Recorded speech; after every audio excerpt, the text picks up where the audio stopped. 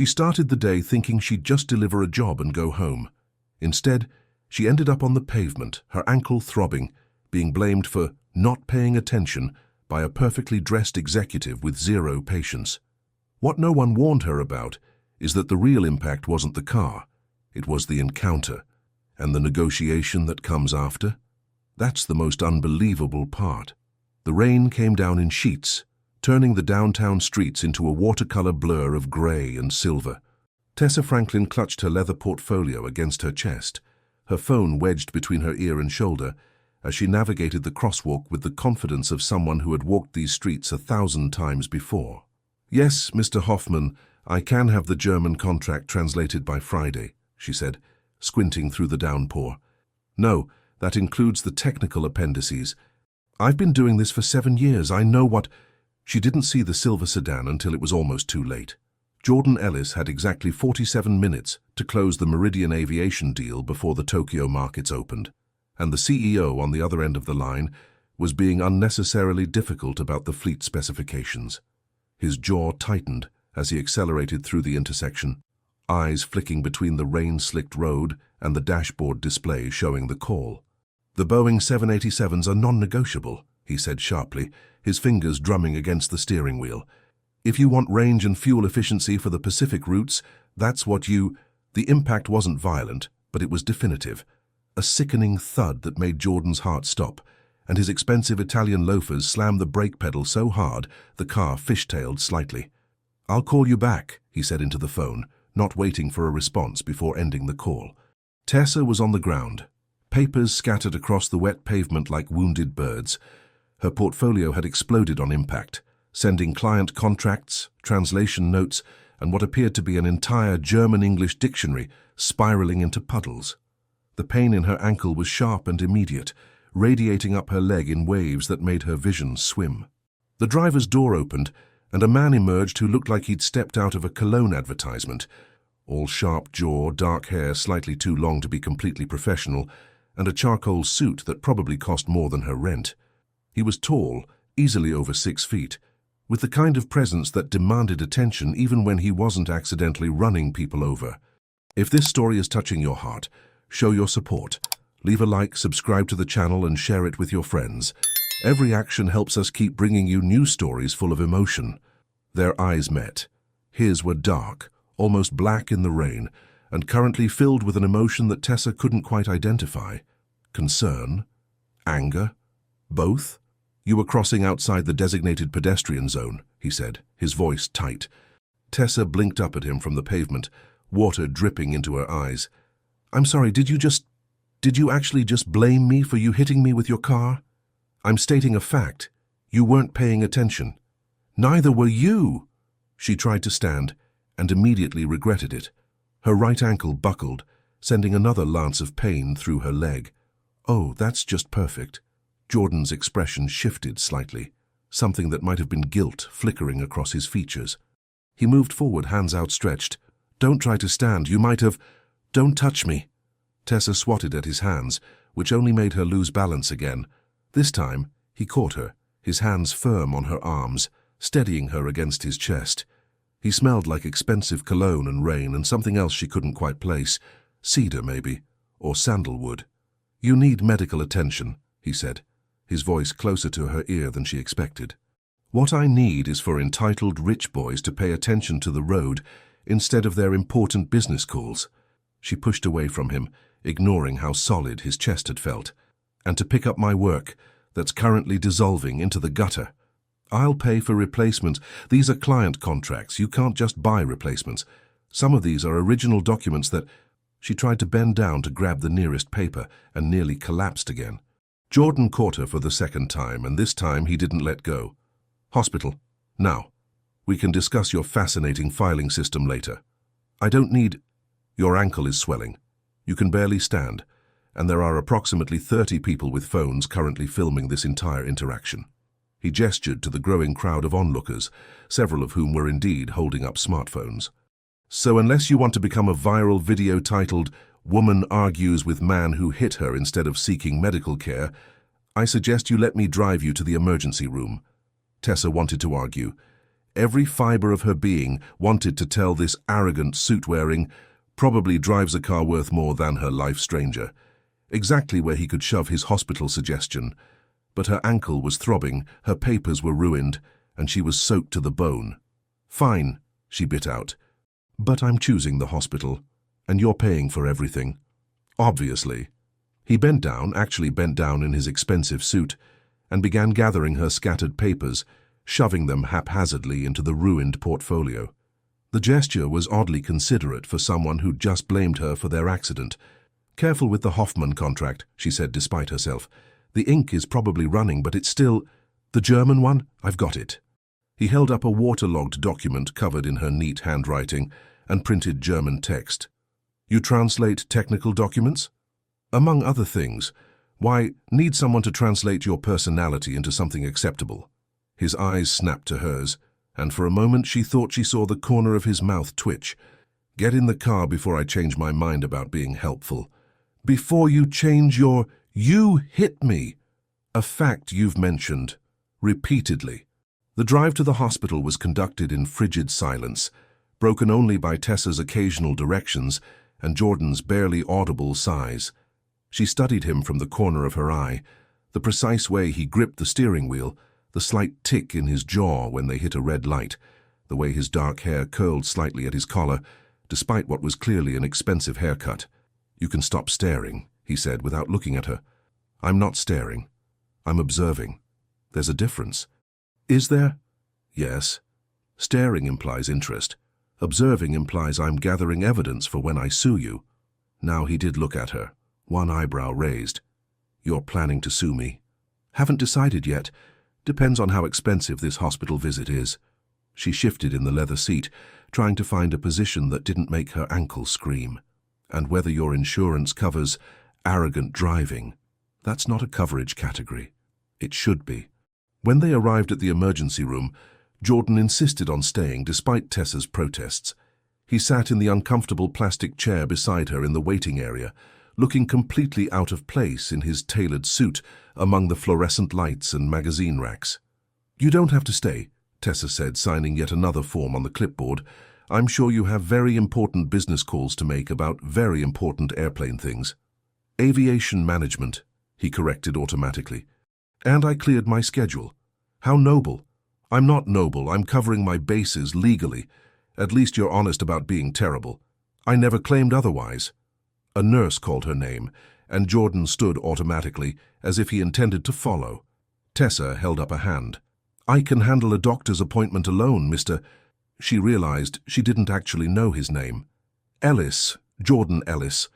He pulled out a business card from his wallet and handed it to her. It was thick, expensive cardstock. Of course it was. "Call me when you're done. I'll drive you home. I'll take a cab." "In the rain with an injured ankle?"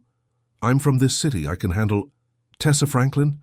The nurse called again, more insistent this time. "That's me." Tessa stood, testing her weight on the injured ankle and immediately regretting it. Jordan's hand shot out to steady her elbow. "Stop being stubborn. Stop being controlling. Someone has to be the responsible adult here." "Says the man who hit me with his car." The nurse cleared her throat. "Should I come back?" "No," they said in unison, still glaring at each other. As Tessa hobbled away toward the examination room, she could feel Jordan's eyes on her back. She told herself the shiver that ran down her spine was from being wet and cold. It was definitely just from being wet and cold, nothing else. The diagnosis was exactly as dramatic as Tessa had feared. Moderate ankle sprain, complete with impressive swelling, potential bruising, and the doctor's stern recommendation for complete rest for at least 7 to 10 days. Complete rest means no walking unless absolutely necessary, Dr. Patel explained, making notes on her tablet. Ice, compression, elevation, the usual protocol. I'm also prescribing anti-inflammatories. 7 to 10 days? Tessa repeated, her mind already racing through her client list. I have deadlines, I work from home, but I still need to... Miss Franklin, if you don't rest properly now, you'll be dealing with chronic issues later. Trust me, a week and a half is better than months of physical therapy. Tessa slumped back against the examination table. Perfect. Just perfect. When she emerged from the exam room 45 minutes later, prescription in hand and a medical boot strapped to her right foot, Jordan was exactly where she'd left him. He was on his phone, naturally, but stood the moment he saw her. "Well?" he asked. "Moderate sprain. 7 to 10 days of rest. I'm fine." "You don't look fine." "Thank you for that stunning observation. You really know how to make a girl feel special." He ignored the sarcasm, his eyes dropping to the medical boot. "Can you walk?" "Obviously not well, or they wouldn't have given me this attractive footwear." She gestured to the boot. "But I can manage. I'll call a car service and—" "I'm taking you home. We've been through this—" "Tessa." The way he said her name made her pause. It wasn't commanding or arrogant. It was almost tired. "Let me do this one thing without an argument. Please." The please surprised her enough that she found herself nodding. The drive to her apartment in the Riverside district was quieter than the trip to the hospital. Jordan seemed lost in thought, his jaw working in a way that suggested he was having an internal argument with himself. Tessa watched the rain-soaked city slide past the window, trying not to think about how she was going to meet her deadlines, while stuck on her couch with her foot elevated. "This is it," she said, when they pulled up to her building. It wasn't fancy, a modest pre-war walk-up with a somewhat temperamental elevator, but it was hers and she loved it.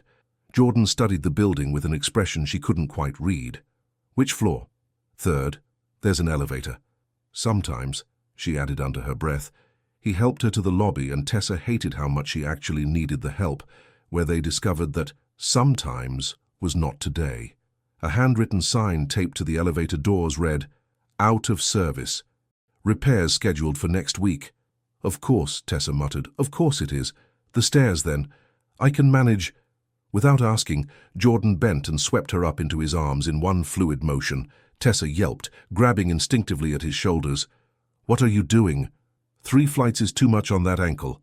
He started climbing the stairs as if she weighed nothing, which was annoying, very annoying.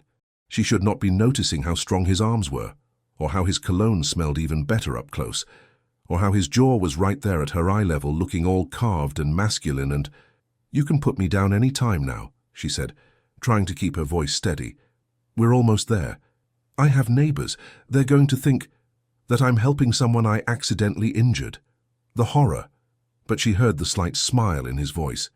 By the time they reached her floor, Tessa's cheeks were burning, and she was acutely aware of every point where their bodies touched. Jordan set her down carefully at her door, steadying her until she found her keys. "Thank you," she said stiffly, "for everything.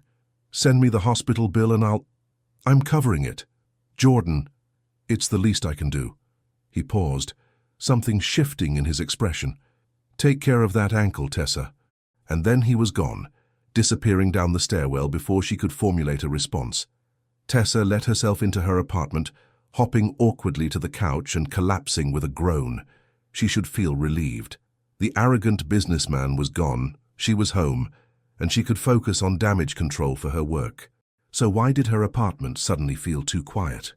Jordan Ellis sat in his top-floor office the next morning, staring at the city skyline without really seeing it. His attorney, Marcus Chen, sat across from him with a concerned expression that Jordan had learned to dread over their 15-year professional relationship. "Let me make sure I understand this correctly," Marcus said slowly. "You hit a pedestrian with your car yesterday. Technically, she stepped into the street." "Jordan," Marcus held up a hand, "please don't finish that sentence. Were there witnesses?" "About 30 people with smartphones." Marcus closed his eyes briefly. "Of course there were. Has she contacted a lawyer yet?" "Not that I know of. But she could." Marcus leaned forward. "Jordan, this is potentially very problematic. Any decent attorney would advise her to sue, especially given your financial situation." "You mean the fact that I'm worth suing?" "Exactly. And with witnesses, video evidence, and documented injuries." Marcus shook his head. "The optics alone could be damaging to Ellis Aviation. We're in the middle of the Meridian merger. Any negative publicity could—" "I know." Jordan scrubbed a hand over his face. "What do you suggest?" "Demonstrate care. Show that you're taking full responsibility for her recovery. Make sure she has everything she needs. Medical care, physical therapy, whatever it takes." Marcus tapped his pen against his legal pad. "Essentially, make sure she knows you're committed to her complete recovery." It shows good faith, and it makes a lawsuit much less attractive. You want me to, what? Check in on her? More than that. I want you to ensure she's being properly cared for during her recovery period. Personally, if possible. Marcus met his eyes steadily. I know it sounds extreme, but trust me on this. A week or two of inconvenience is better than months of litigation and negative press. Jordan thought about Tessa. Her sharp tongue, her fierce independence, the way she'd looked at him like he was something unpleasant she'd scraped off her shoe. She's going to say no. Then be persuasive. You're good at that when you want to be. Which is how Jordan found himself standing outside Tessa's apartment building that evening, a proposal forming in his mind that was either brilliant or completely insane, possibly both. He climbed the 3 flights of stairs, the elevator was still broken, and knocked on her door. There was a long pause, some shuffling, and then the door opened to reveal Tessa balanced on one foot, looking surprised and slightly disheveled in yoga pants and an oversized sweater that was sliding off one shoulder. "Jordan, what are you—" "I have a proposal," he said before she could finish. "Hear me out before you say no." Her eyes narrowed suspiciously. "I'm already saying no. You haven't heard it yet. I have a strong feeling I'm going to say no regardless. Tessa," he took a breath, "stay at my penthouse for the next week, maybe 10 days, until your ankle is completely healed." She stared at him. "I'm sorry. I think the pain medication is affecting my hearing because it sounded like you just asked me to move into your penthouse. Temporarily, just until you're recovered." "Why?" "Because your elevator is broken, because you're on the 3rd floor, because you need rest and care, and because your lawyer told you to keep me happy so I don't sue you." Jordan's jaw tightened. "That's remarkably perceptive. I'm a professional translator. I read between the lines for a living." She leaned against the doorframe, arms crossed. "So what's in it for you besides avoiding a lawsuit? Peace of mind knowing I didn't permanently damage someone's ankle. Is that so hard to believe? From you? Yes. Ouch. You'll survive." But she was studying him now, her sharp green eyes calculating. "What's this penthouse like?" "Triplex. Panoramic city views. Full kitchen, though I rarely cook. High-speed internet. Fiber optic, best available. Guest room with an ensuite bathroom that includes a soaking tub. Temperature-controlled wine cellar, though I'm guessing that's less relevant to your interests. You forgot to mention the helipad and the butler named Jeeves. No helipad, no butler, just space. Quiet. Everything you'd need to work comfortably while you recover." Tessa worried her bottom lip between her teeth, and Jordan found himself watching the gesture with more attention than was strictly appropriate. "1 week, she said finally. 7 days, not 10. Deal. And you stay out of my way.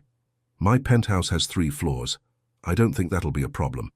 And I can leave whenever I want." "Absolutely." She studied him for another long moment, and Jordan had the unsettling feeling she could see straight through every carefully constructed wall he'd built around himself. "Fine," she said at last. "But if you turn out to be some kind of serial killer, I'm going to be very annoyed." "Noted. Pack a bag.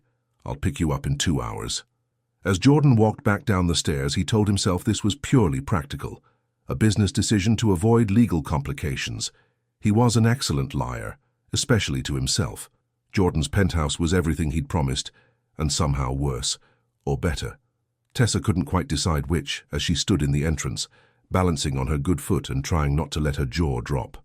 Floor-to-ceiling windows dominated the space, offering a view of the city that looked like something out of an architecture magazine. The furniture was all clean lines and neutral tones, greys, whites, blacks, arranged with mathematical precision. Not a single item appeared out of place. Even the throw pillows on the leather sofa looked like they'd been positioned with a ruler. "This is—" she started. "Impressive," Jordan supplied, setting her suitcase down by the entrance.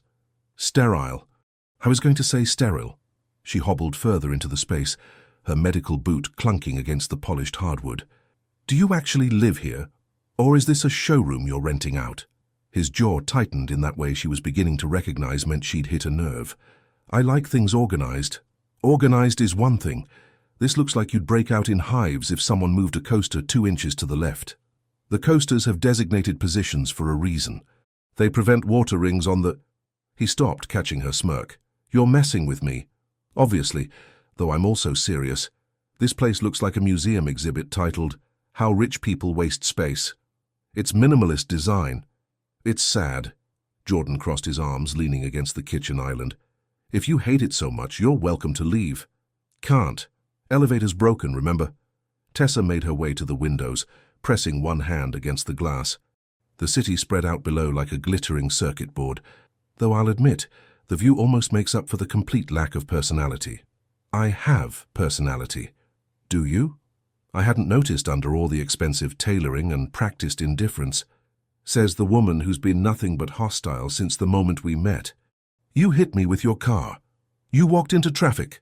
They glared at each other across the pristine living room, and Tessa felt that same electric charge from yesterday, the one she absolutely was not going to analyze or think about or acknowledge in any way. Jordan broke first, running a hand through his dark hair in a gesture that seemed uncharacteristically frustrated. The guest room is upstairs, second floor, I'll show you. The guest room was, predictably, as immaculate as the rest of the penthouse. King-sized bed with crisp white linens, matching nightstands, a dresser that looked like it had never held actual clothes. The ensuite bathroom featured the promised soaking tub, along with a shower large enough to host a small party. This is bigger than my entire apartment, Tessa said, running her hand along the marble countertop. I'll take that as a compliment. It wasn't meant as one. Who needs this much bathroom? Someone who appreciates space and privacy. Jordan set her suitcase on the luggage rack. Of course he had a luggage rack. Towels are in the cabinet. Toiletries in the drawer if you need anything. My room is on the 3rd floor, so you won't be disturbed. 3rd floor, right, because 2 floors of separation might not be enough. I'm trying to be respectful of your space. Or avoiding me. Can't it be both? Despite herself, Tessa felt her lips twitch. Fair enough. Jordan moved toward the door, then paused. There's a study on this floor as well. Internet password is written on the desk. Help yourself. Kitchen is fully stocked, though I should warn you, I'm not much of a cook. Shocking. I figured you'd have that color-coded too. Actually, the pantry is organized alphabetically. She stared at him. You're joking. Why would I joke about efficient organization? Oh my God, you're serious. It makes finding ingredients much faster. It makes you a psychopath. I prefer methodical. I prefer unhinged, but to each their own. Something that might have been a smile flickered across his face before he caught it. Get some rest. Doctor's orders. After he left, Tessa sat on the edge of the bed, which was, annoyingly, the most comfortable thing she'd ever sat on, and looked around at the aggressively neutral room. What had she gotten herself into? By the next morning, Tessa had transformed the guest room into what Jordan could only describe as a disaster zone. He'd come downstairs to check on her, purely out of obligation, not concern, and stopped dead in the doorway. Papers covered every surface. Dictionaries lay open on the bed, the desk, even the floor. Coffee mugs occupied 3 different locations, all at varying levels of emptiness. Her laptop was propped on a stack of books, power cords snaking across the floor like a hazard waiting to happen. And in the center of it all, Tessa sat cross-legged on the bed, medical boot propped on a pillow, typing furiously with her hair piled in a messy bun on top of her head. What happened here? Jordan asked, unable to keep the horror from his voice. Tessa looked up, blinking as if she'd forgotten other people existed. What? This chaos. He gestured broadly. Did a tornado hit? This is called working. You should try it sometime. I run a multi-million-dollar aviation company. From behind a desk, pressing buttons and looking stern in meetings. She went back to typing. I actually have to think, which requires spreading out. Spreading out is one thing. This looks like a bomb went off in a library. Don't be dramatic. There are coffee mugs everywhere. 3. There are 3 coffee mugs. That's not everywhere. It's 3 more than necessary. Why can't you put them in the kitchen when you're done? Because I'm not done. I'm still drinking from them. Jordan picked up the nearest mug and peered inside. This one is empty. I might want more coffee later. Then you can get a fresh cup. But this one is already here. That's not how cups work.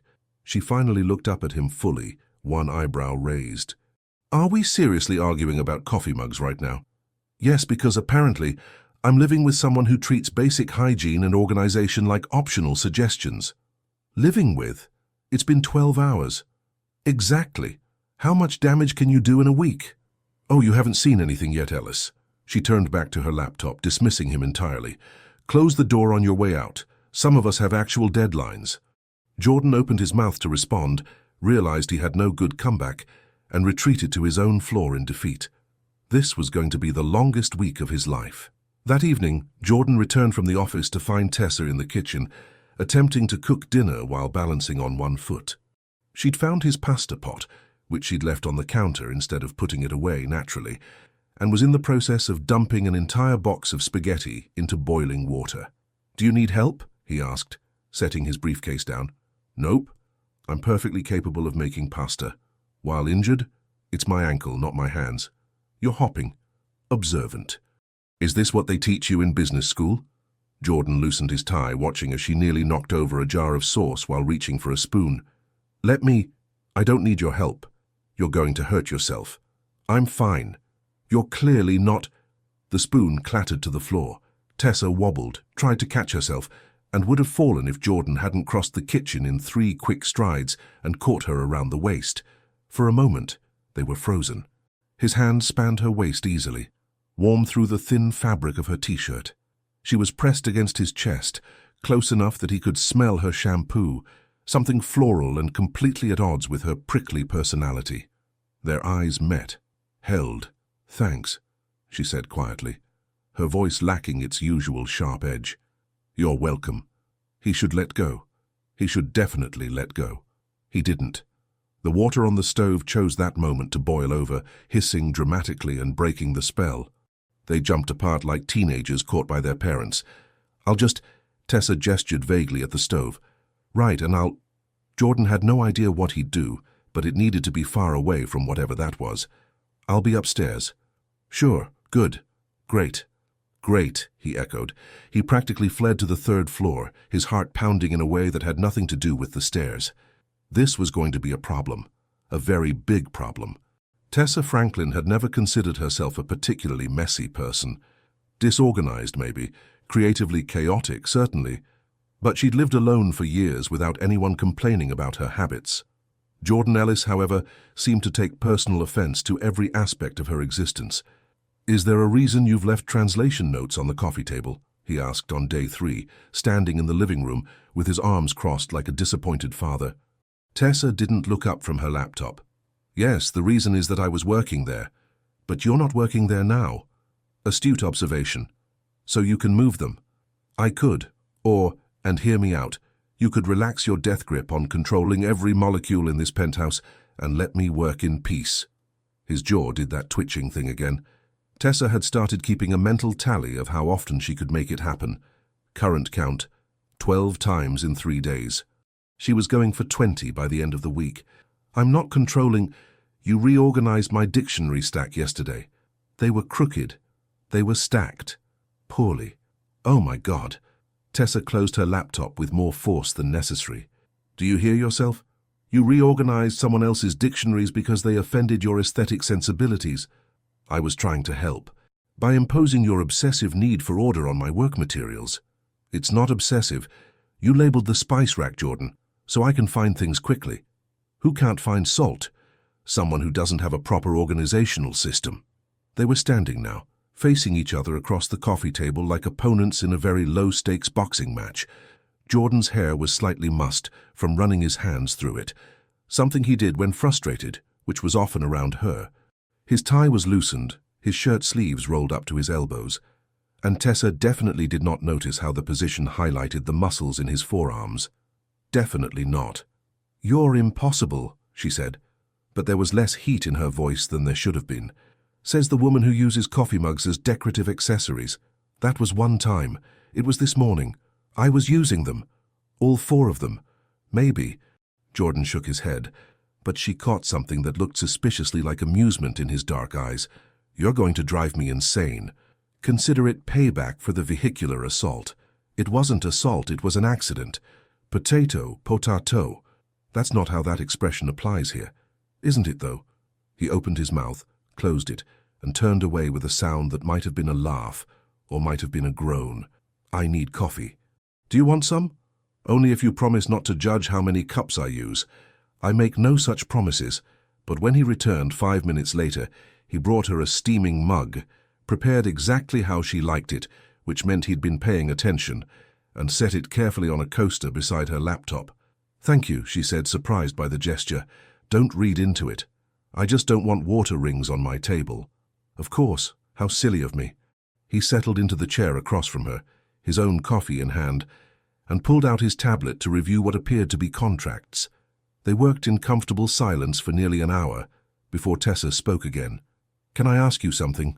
Jordan looked up, eyebrows raised. "That depends on the something. Why aviation? Of all the industries you could have gone into?" He seemed surprised by the question. "My grandfather was a pilot. Commercial airlines back when that was still considered glamorous. He used to tell me stories about flying to different cities, seeing the world from above. Made it sound like freedom." There was something in his voice, something softer than his usual sharp tone, that made Tessa set down her own work. "Did you ever want to be a pilot yourself?" "For about 5 minutes when I was 12. Then I realized I preferred the business side. Strategy, logistics, making sure things run smoothly." He paused. "What about you? Why translation?" "My mother was Brazilian. She moved here when she married my dad, and she always said that translation was more than just words. It was about connecting people, building bridges between cultures." Tessa smiled at the memory. "I like the idea of being a bridge. That's actually kind of beautiful. Don't sound so surprised. I can occasionally be profound. Between leaving coffee mugs everywhere and arguing about organizational systems? I'm multi-talented." This time Jordan definitely smiled. It transformed his entire face, softening the sharp edges and making him look younger, more approachable. Tessa felt something flutter in her chest and firmly told it to stop. "I should get back to work," she said quickly. "This contract won't translate itself." "Right, of course." But neither of them moved. They sat there, coffee growing cold, laptops forgotten, just looking at each other across the pristine coffee table that was rapidly becoming less pristine by the day. Jordan's phone buzzed, shattering the moment. He glanced at it, frowned, and stood. "I need to take this. It's Tokyo." "At this hour?" "Time zones are a conspiracy designed to ruin sleep schedules." He headed toward his study, already answering the call in what sounded like very capable Japanese. Tessa stared after him. Great. So he spoke Japanese. Because of course he did. The arrogant, organized, infuriating man also had to be multilingual and look good in rolled-up shirt sleeves. This was definitely going to be a problem. Later that night, Tessa emerged from her room in search of a midnight snack and found Jordan in the kitchen, tie completely removed now, dress shirt unbuttoned at the collar, making what appeared to be a very elaborate sandwich. "Can't sleep?" she asked, making him jump. "Don't sneak up on people." "I was walking normally. You're just jumpy." She hopped over to the counter, settling onto one of the bar stools. "What's the occasion for the gourmet midnight snack?" "I'm hungry. That's generally the occasion for eating." "Touchy. Did the Tokyo call go badly?" "It went fine. They're just demanding." He added another layer to his sandwich with the precision of someone building a house of cards. "They want specifications on the new fleet by Friday. And you can't do that." "I can, I just prefer not to work on unrealistic timelines." He glanced at her. "You should be sleeping. Doctor said rest." "I rested all day. Now I'm hungry." She eyed his sandwich. "That looks good. Make your own." "But yours looks better." "That's because I'm making it correctly. There's a correct way to make a sandwich. Obviously. Layer distribution, condiment ratio, structural integrity." Tessa burst out laughing. "Did you just say structural integrity about a sandwich?" Jordan's ears turned slightly pink. "Shut up. Oh my God, you're serious. You've engineered your sandwich." "I prefer my food to not fall apart when I eat it, yes. This explains so much about you." "What's that supposed to mean?" "That you probably have a spreadsheet for your daily routine." "I have a system." "System? You have a system." Tessa was laughing so hard now that she had to hold onto the counter. "Do you also have a system for breathing? For blinking?" "You're mocking me." "I really am." He should have been annoyed. He definitely should have been annoyed. Instead, watching her laugh, really laugh, with her whole body eyes crinkling at the corners, Jordan found himself smiling despite himself. "Fine," he said, cutting his carefully constructed sandwich in half. "Since you're so entertained by my methods, you can share the results." Tessa stopped laughing, looking at the sandwich Harvey was offering. Really? Don't make a big deal out of it. She took it carefully, like it might explode. Took a bite. Her eyes widened. Oh, okay. That's actually really good. Structural integrity, he said smugly. I hate that you're right. Get used to disappointment. They ate in companionable silence, standing on opposite sides of the kitchen island like two fighters who'd called a temporary truce. When Tessa reached for a napkin, her hand brushed his. Neither of them pulled away as quickly as they should have. Good night, Jordan, she said finally, taking her last bite of sandwich with her. Good night, Tessa. He watched her go, medical boot clunking softly against the hardwood, and realized with growing alarm that he was starting to enjoy having her here, which was absolutely, definitely not part of the plan. The physical therapist Jordan had hired arrived on Thursday morning with the enthusiasm of someone who genuinely loved their job. Her name was Patricia. She was in her 50s, and she took one look at Tessa's setup in the guest room and laughed. Well, at least you're keeping the ankle elevated, Patricia said, gesturing to where Tessa had propped her foot on a stack of German dictionaries. Multitasking, Tessa replied. The dictionaries were just the right height. She's lying, Jordan said from the doorway. She ran out of pillows because she's using them all as back support while she works. Nobody asked you, Ellis. I live here. Temporarily. I live here temporarily. Patricia looked between them with barely concealed amusement. Should I come back when you two are done flirting? We're not. They both started simultaneously, then stopped, glaring at each other. Right, Patricia said, her smile widening. Not flirting, got it. Now let's see this ankle. The therapy session was equal parts painful and embarrassing. Tessa had to admit, though only to herself, that her ankle hurt more than she'd been letting on. Patricia put her through a series of exercises that made her wince, all while Jordan hovered in the doorway like an anxious parent. You can leave, Tessa said through gritted teeth as Patricia manipulated her foot. I'm not going to break. I'm supervising. You're lurking. I prefer observing from a strategic position. You would. Patricia laughed. You two sound like an old married couple. The silence that followed was deafening. We're not, Tessa started. She's just staying here temporarily because, Jordan tried. He hit me with his car and... I didn't hit you, you walked into... Oh my God, here we go again. Patricia held up her hands. Okay. Not married. Noted. But whatever this is, it's entertaining. She stood, packing up her equipment. Keep doing these exercises 3 times a day. The ankle is healing well, but you need to stay consistent. I'll be back Monday to check your progress.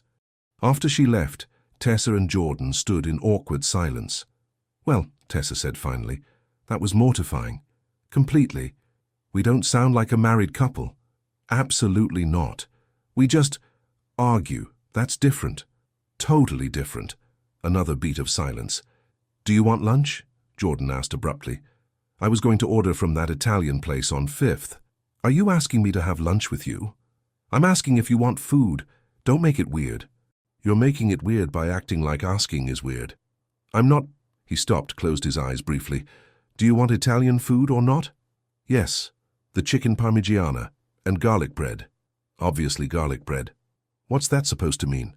You've eaten garlic bread at every meal for the past 3 days. It's good garlic bread. I'm not arguing with that. Then why bring it up? Because apparently I enjoy suffering. Tessa couldn't help it. She laughed. And after a moment, Jordan's mouth quirked up at the corner in what might have been the beginning of a smile. You're impossible, he muttered, but there was no heat in it. Right back at you, Ellis. The food arrived 40 minutes later, and they ended up eating on the terrace because it was one of those rare, perfect afternoons where the weather was neither too hot nor too cold. Jordan had carried her lunch out for her, along with a cushion for her foot, which was surprisingly thoughtful for someone who spent most of his time complaining about her organizational habits. This view really is incredible, Tessa admitted, looking out over the city skyline. Even if the interior decorating could use some personality. There's personality. It's called minimalist sophistication.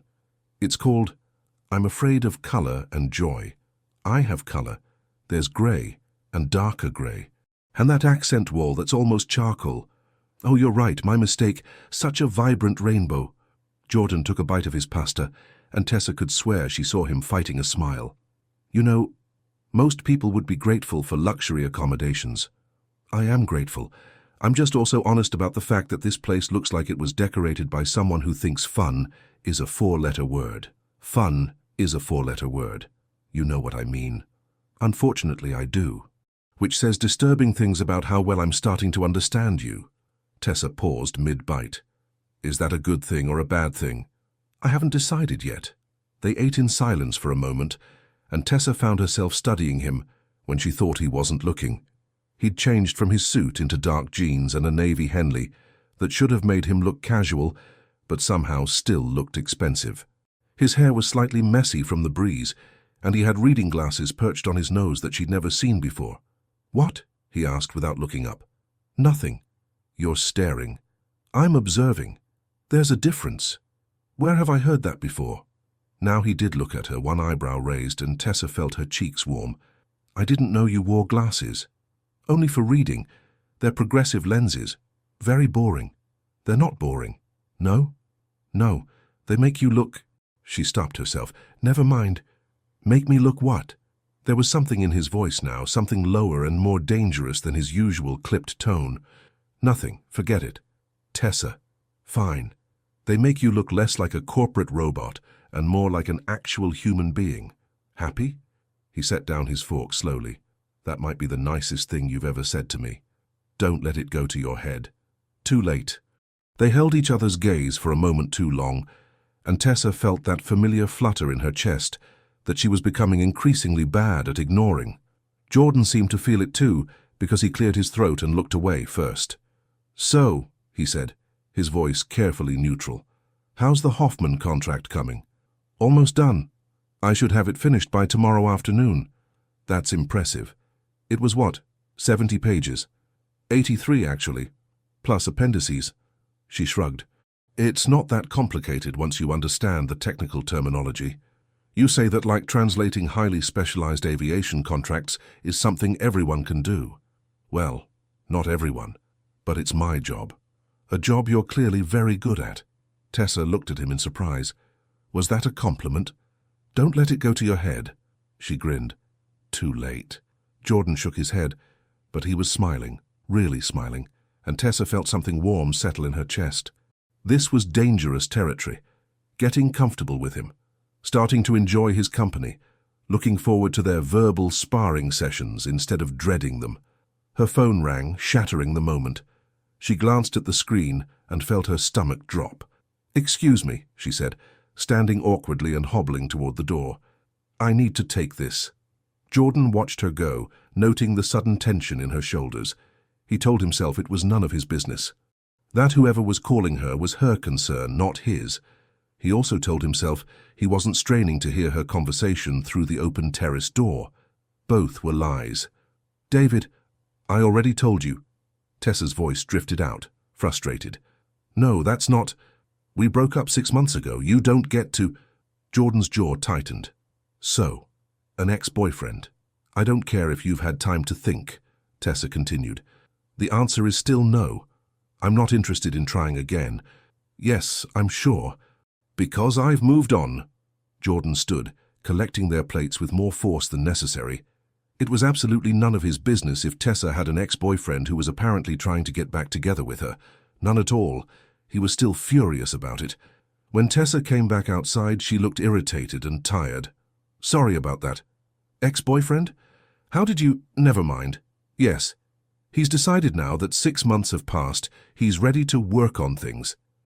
She made air quotes with obvious disdain, as if that's how relationships work. What things?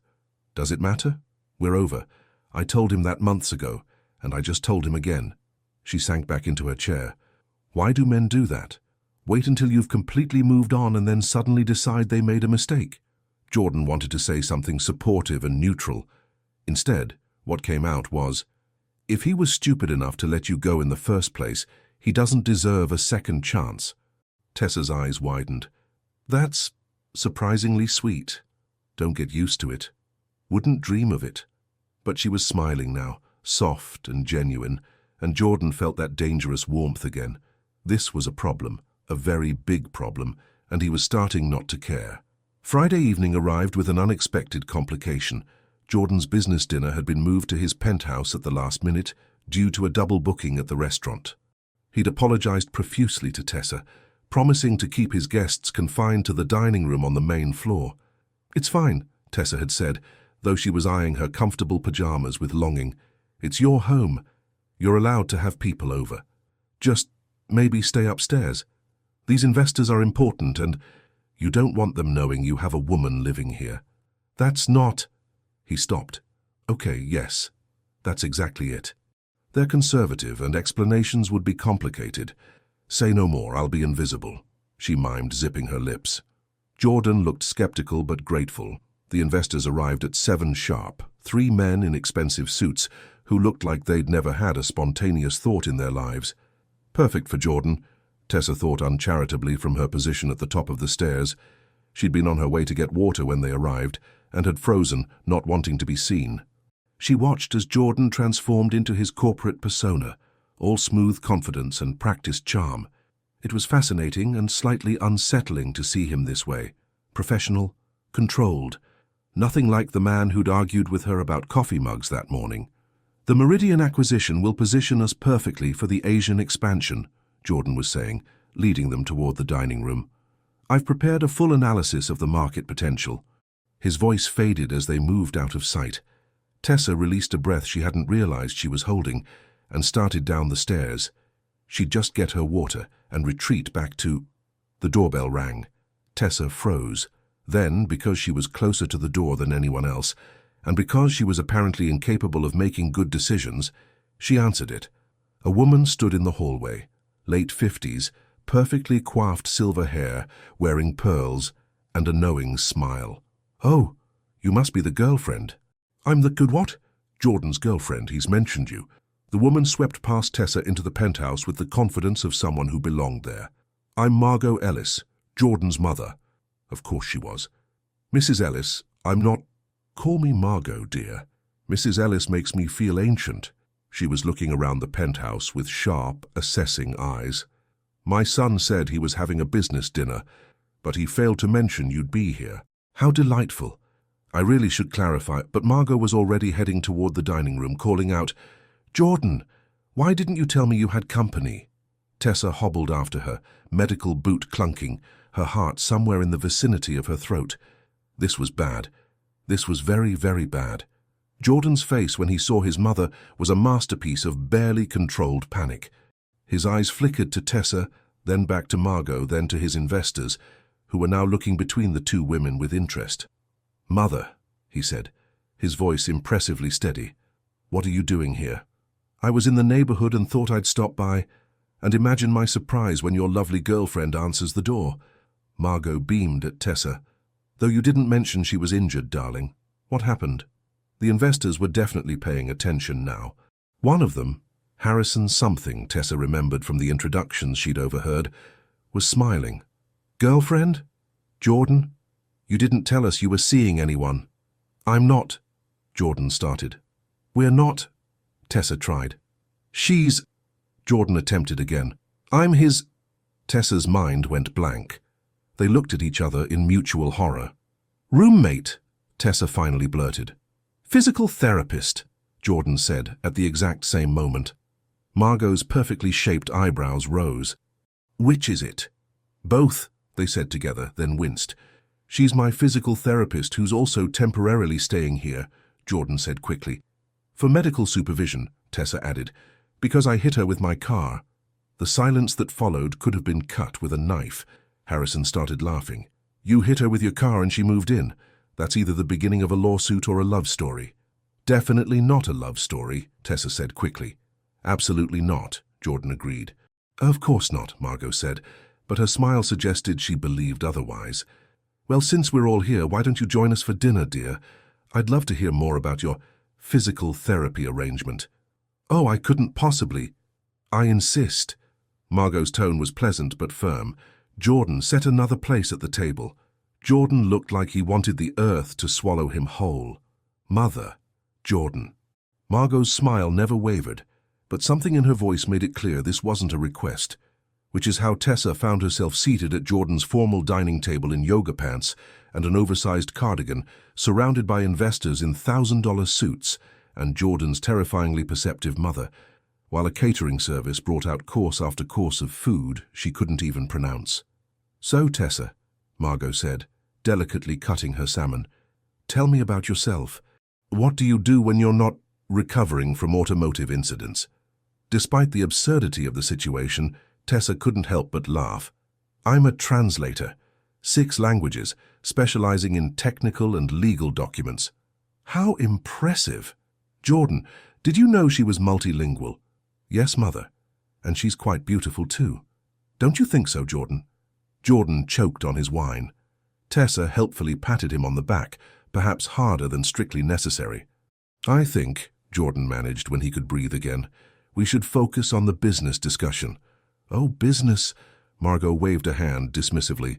"These gentlemen didn't come here just to talk about airplanes. They want to know about you, Jordan, your life, and clearly," she gestured to Tessa, "there's more happening in your life than you've been sharing." "There's really not," Tessa interjected. "This is a purely temporary arrangement. Very professional." "Is that why you're wearing his sweatshirt?" Margot asked innocently. Tessa looked down. She was indeed wearing a Columbia University sweatshirt that was 3 sizes too big, and definitely not hers. When had she even grabbed this? It was cold. My son's penthouse is always precisely 72 degrees. I run cold. Apparently. Margot's smile was knowing. "Jordan, dear, you should be more attentive to your guests' comfort." Jordan looked like he was contemplating throwing himself off the terrace. Tessa sympathized.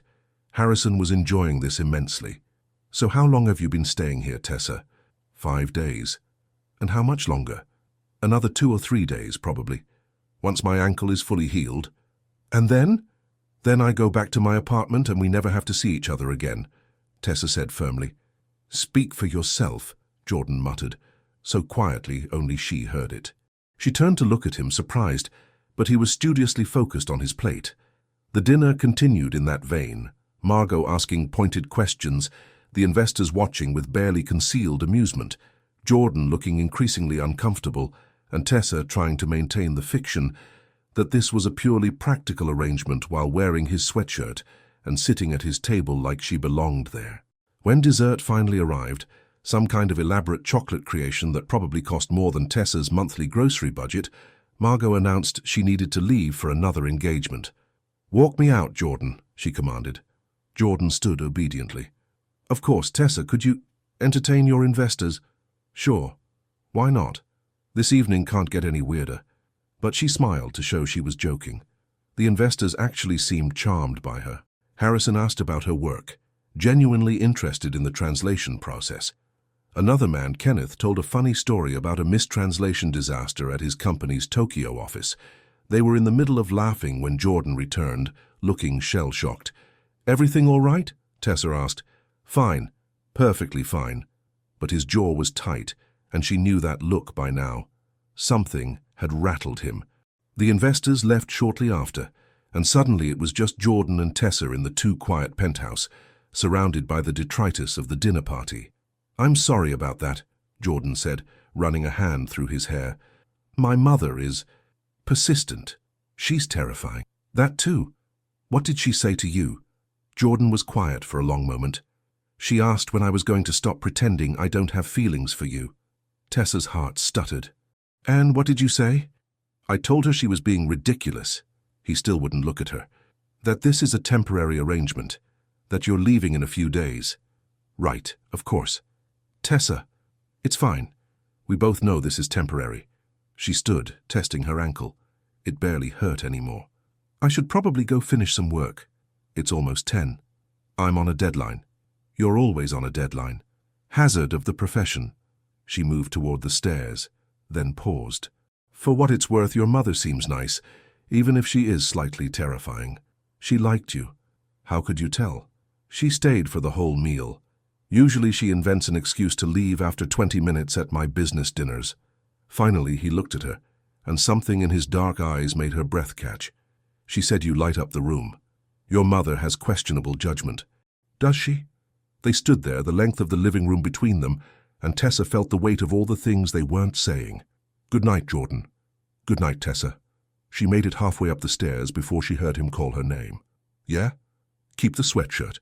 It looks better on you anyway." Tessa gripped the railing, willing her heart to slow down.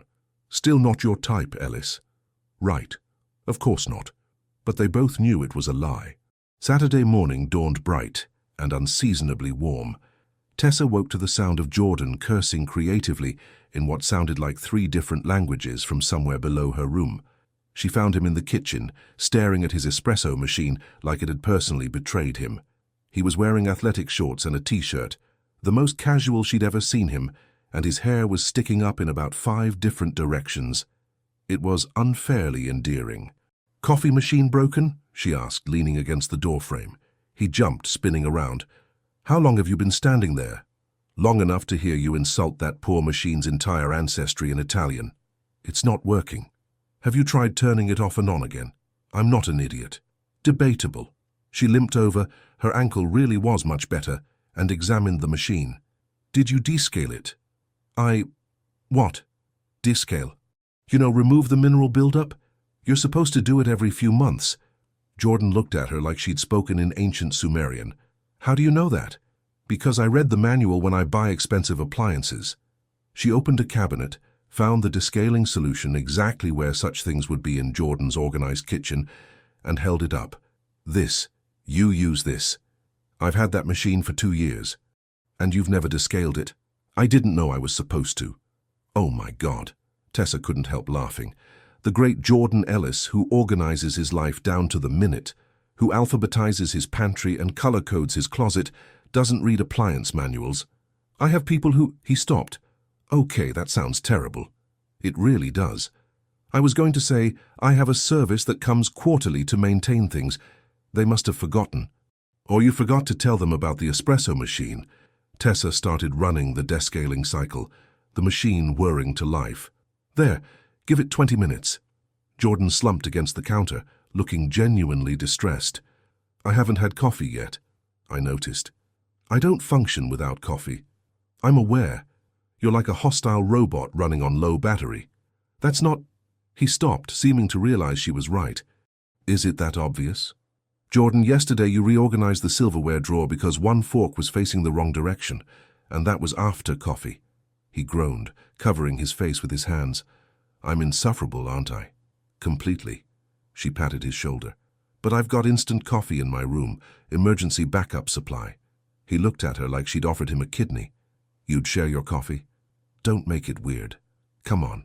They ended up on the terrace, Jordan's favorite spot, and increasingly Tessa's too, with mugs of instant coffee that Jordan claimed was barely drinkable, but drank gratefully anyway.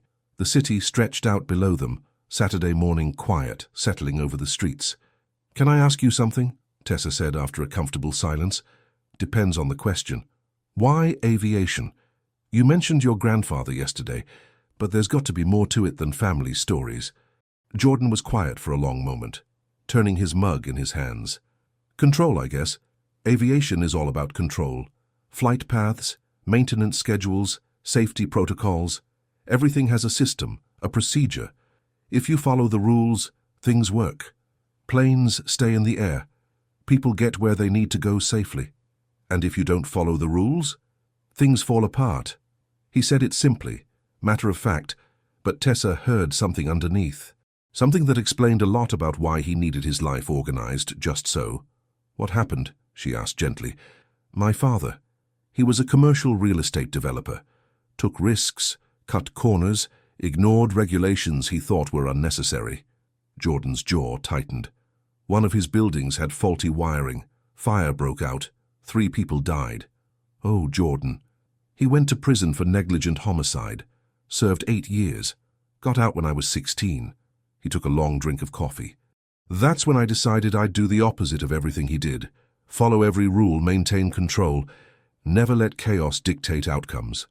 Tessa understood now. The obsessive organization, the need for everything to have its place, the way he reacted to her creative disorder like it was a personal threat. "That's why my mess drives you crazy." "It's not—" He stopped. "Okay, yes. Disorder makes me twitchy. I know it's irrational. It's not irrational. It's trauma." She reached over and squeezed his hand without thinking. But Jordan, you're not your father. You could never be that careless with people's safety. He looked down at their joined hands, then up at her face.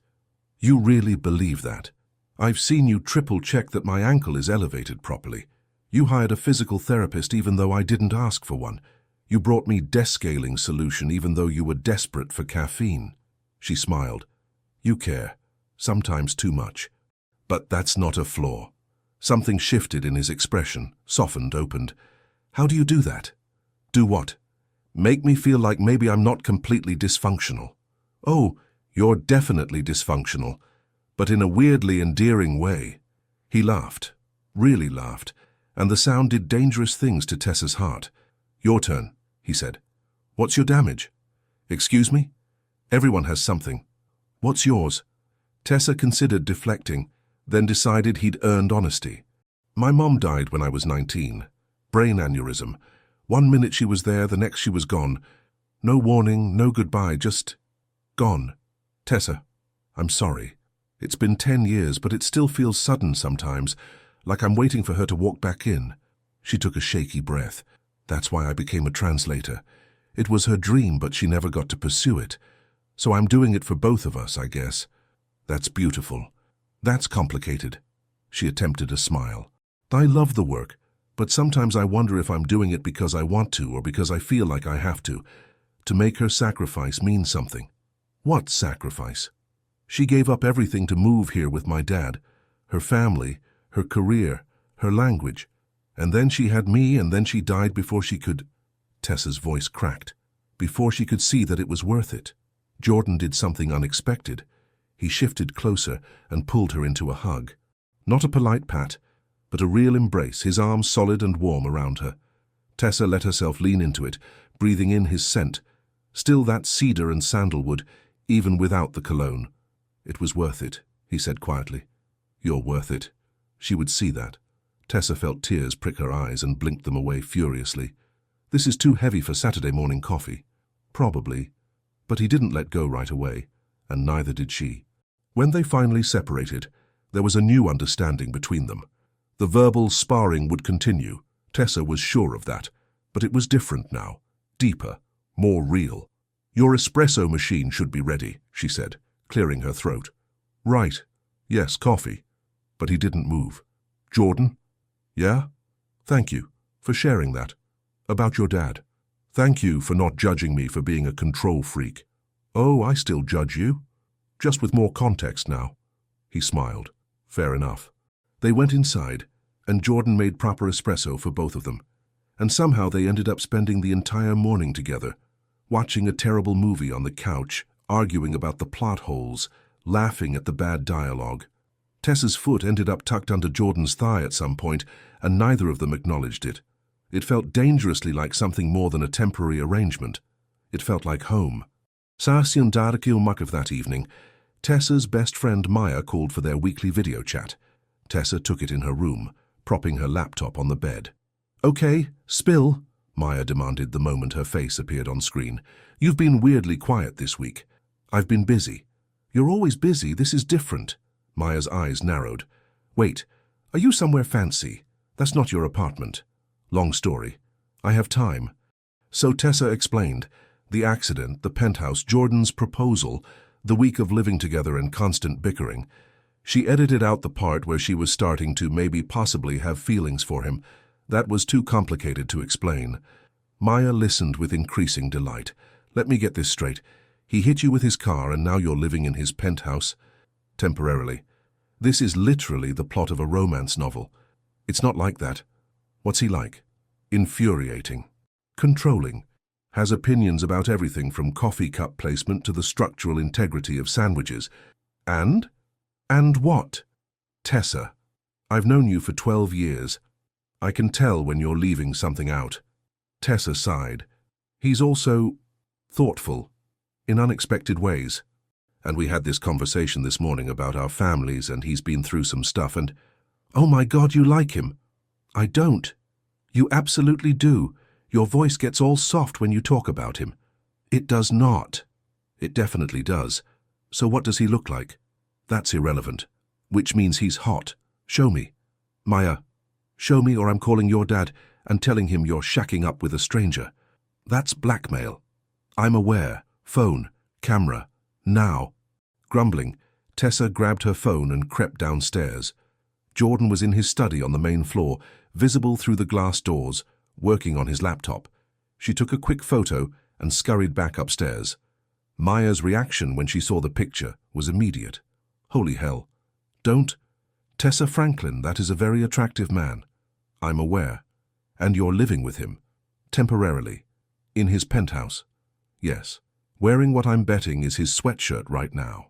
Tessa looked down at the Columbia sweatshirt she'd never actually taken off. Maybe. You're falling for him. I'm not. You are. And that terrifies you. The accuracy of that statement stole Tessa's breath. Even if I was, which I'm not, it doesn't matter. I'm leaving in 2 days. This isn't real life, it's just a weird bubble that will pop the moment I go back to my apartment. Or, Maya said gently, it could be the beginning of something. You're a hopeless romantic, and you're a hopeless pessimist. One of us has to balance the other out. Maya leaned closer to her camera. Just promise me you won't run away from this because you're scared. I'm not scared. Tessa. Fine. Maybe I'm a little scared. That's normal. He's the first guy you've been interested in since David. I'm not interested in... Stop lying to me and definitely stop lying to yourself. Maya's expression softened. You deserve to be happy. Your mum would want that. After they hung up, Tessa sat with her laptop for a long time, staring at nothing in particular. Maya was right. She was scared. Scared of getting hurt. Scared of wanting something that wasn't permanent. Scared of the way Jordan made her feel like maybe she could let someone in again. She was also running out of time. 2 more days in this penthouse. 2 more days of morning coffee and evening debates and the slowly increasing tension that made her skin feel too tight whenever he was near. 2 more days, and then what? She didn't have an answer, and that terrified her most of all. Sunday morning, Tessa woke with a sense of impending doom. Tomorrow was Monday, her official departure date. Patricia had cleared her ankle at Friday's session, declaring it healed enough for normal activity. There was no medical reason for her to stay any longer, which meant tonight was her last night in the penthouse. She should have been relieved. She'd get her space back, her independence, her ability to leave coffee mugs wherever she pleased without judgment. Instead, she felt a hollow ache in her chest that had nothing to do with her injury. The smell of bacon drew her downstairs. Jordan was in the kitchen, actually cooking, and the sight was so unexpected that she stopped in the doorway to stare. You cook? She asked. He looked up, spatula in hand. Occasionally, when motivated. What's the motivation? It's your last full day here. Figured I should make an effort. Something warm bloomed in her chest. That's surprisingly sweet. Don't get used to it. But he was smiling as he plated bacon and eggs. Come eat before it gets cold. They ate at the kitchen island, shoulders almost touching, neither acknowledging that this was likely their last breakfast together. The silence was companionable but charged, full of things neither of them was saying. So, Jordan said finally, back to real life tomorrow. Yep. My exciting 3rd floor walk-up with the temperamental elevator. They fixed it? As of yesterday, allegedly. We'll see if it lasts through the week. And your ankle feels okay. Good as new. Patricia did excellent work. You should send her a gift basket or something. I should send you a gift basket for putting up with me for a week. A week and a half, technically. And yes, you should. Make it a good one. Fancy cheeses, the expensive crackers. Noted. He was looking at her with an expression she couldn't quite read. Tessa. His phone rang. He glanced at it, frowned, and sent it to voicemail. You can take that, Tessa said. It's not important. It rang again, same number. Jordan? Fine, he answered with obvious irritation. This is Ellis. Yes, I'm aware of the timeline. No, I haven't forgotten. Look, can we discuss this tomorrow? I'm in the middle of... He paused, listening, and his expression darkened. When? How bad? All right, give me an hour, I'll be there. He hung up, looking tense and frustrated. Problem? Tessa asked. One of our maintenance hangars had a small fire overnight. Nobody hurt, minimal damage, but I need to go assess the situation and deal with the insurance adjuster. He ran a hand through his hair. I'm sorry, this is terrible timing. It's your job. Go. But it's your last day. Jordan, Go handle your emergency. I'll be here when you get back. She smiled. I promise not to reorganize your entire pantry out of spite. That's not funny. It's a little funny. He grabbed his keys and wallet, then paused at the door. I'll be back as soon as I can. Take your time. I've got work to catch up on anyway. After he left, the penthouse felt too quiet. Tessa tried to focus on her translations, but her mind kept wandering. This time, tomorrow, she'd be back in her apartment. Alone, which was what she wanted, what she'd always wanted. So why did the thought make her want to cry? She was mid-mental spiral when the doorbell rang. Confused, Jordan had a key and she wasn't expecting anyone. She hobbled to the door and checked the peephole. David. Her ex-boyfriend David was standing in the hallway. "Oh, you have got to be kidding me," she muttered, opening the door but not removing the chain. "How did you get this address?" "Your friend Maya gave it to me." He smiled, that same charming smile that had worked on her once upon a time. "She said you were staying with someone who hit you with his car. Tessa, what's going on? Maya gave you this address?" Tessa made a mental note to murder her best friend later. "Why?" "Because I told her I was worried about you, that I needed to see you." He gestured at the door. "Can I come in?" "No." "Tessa, please, just 5 minutes." Against her better judgment, and because she was too surprised to think of a good reason to refuse, she let him in. David whistled as he entered, taking in the penthouse with obvious appreciation. "Wow, this guy must be loaded. Is this some kind of sugar daddy situation?" "Excuse me." "I'm just saying this is quite an upgrade from your apartment. Makes me wonder what you're doing to earn it." The anger that flooded through Tessa was immediate and fierce. "Get out." "I didn't mean—" "Yes, you did. You came here to—" "What, win me back by insulting me? Great strategy, David. I'm sorry, that came out wrong." He moved closer and Tessa instinctively stepped back. "I've been thinking about us a lot, about what we had. We had 6 mediocre months and a breakup that should have happened 4 months earlier. That's harsh. That's honest. We weren't right for each other and you know it. But we could try again. We're both older now, more mature. I'm not interested, David. I've told you this multiple times." "Is it because of this guy? The one who hit you?" "This has nothing to do with Jordan." "So, there is something with Jordan." "I didn't— That's not—" Tessa stopped, frustrated. "My relationship with Jordan is none of your business." "So you admit there's a relationship." "I admit nothing, and you need to leave. Now." David's expression hardened. "You've changed, Tessa. You used to be sweet. Now you're cold." "No, I used to be a doormat. Now I have self-respect. Sorry if that's inconvenient for you." She was ushering him toward the door when it opened, revealing Jordan. He took in the scene. Tessa clearly upset, a strange man in his penthouse, and his entire demeanor shifted. Suddenly he wasn't Jordan who argued about coffee mugs. He was Jordan Ellis, CEO, all 6 feet plus of intimidating authority. "Who are you?" he asked, his voice dangerously quiet. "David Mitchell." "I'm Tessa's boyfriend." "Ex-boyfriend," Tessa corrected firmly, "who was just leaving." "I'm not leaving until we finish our conversation." Jordan stepped fully into the penthouse, and despite David being reasonably tall himself, he seemed to shrink next to Jordan's presence. "The lady asked you to leave. I suggest you listen. This is between me and Tessa." "Nothing is between you and Tessa. She's told you no, multiple times from what I understand." Jordan crossed his arms. "So here's what's going to happen. You're going to walk out that door. You're going to stop calling her, stop showing up uninvited, stop pretending you have any claim to her time or attention. And if I don't, then we'll have a different kind of conversation, one that involves my attorney and a restraining order." David looked between them, and whatever he saw in Jordan's expression made him back down. "This isn't over, Tessa." "Yes," Jordan said coldly. "It is." After David left, Tessa sank onto the couch, shaking slightly. Jordan crouched in front of her, his hands gentle on her knees. "Are you okay?" he asked, and his voice was soft now, all the hard edges gone. "I'm fine. He's just persistent. That's one word for it. Delusional is another." Jordan's jaw was still tight. "How did he know you were here?" "Maya gave him the address. She thought she was helping." Tessa laughed without humor. "I'm going to kill her." "Get in line." He studied her face. "Did he hurt you?" "No, just said some things. Implied that I was here because... She trailed off, not wanting to repeat it. Jordan's expression darkened. Because what? It doesn't matter. Tessa, tell me. He implied I was with you for your money, like some kind of arrangement. She felt her cheeks burn with humiliation. That son of a... Jordan stood abruptly, pacing.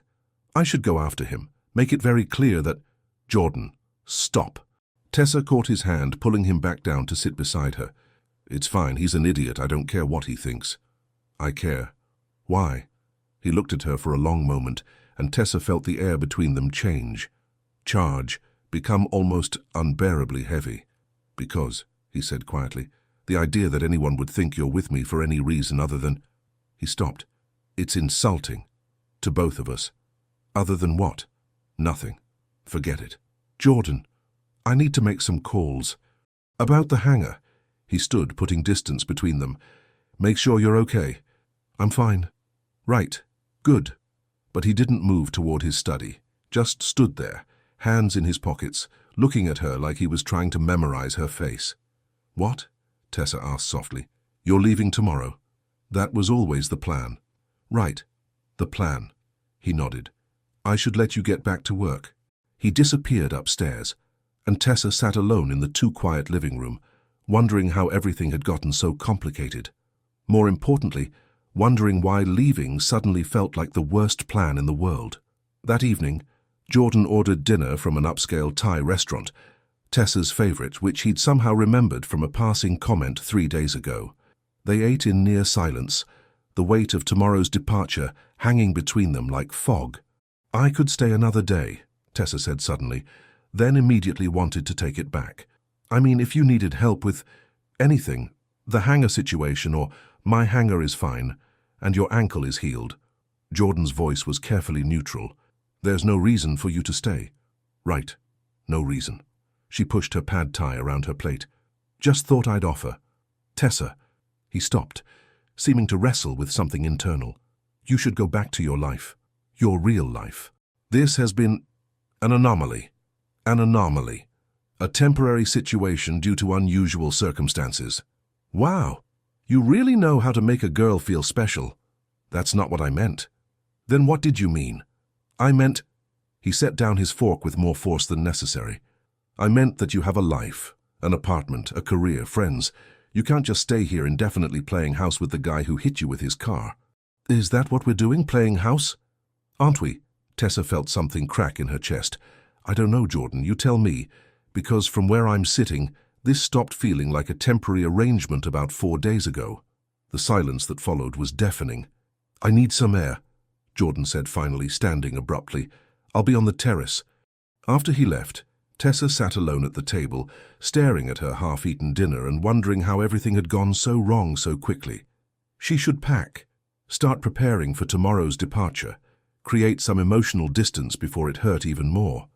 Instead, she found herself walking to the terrace.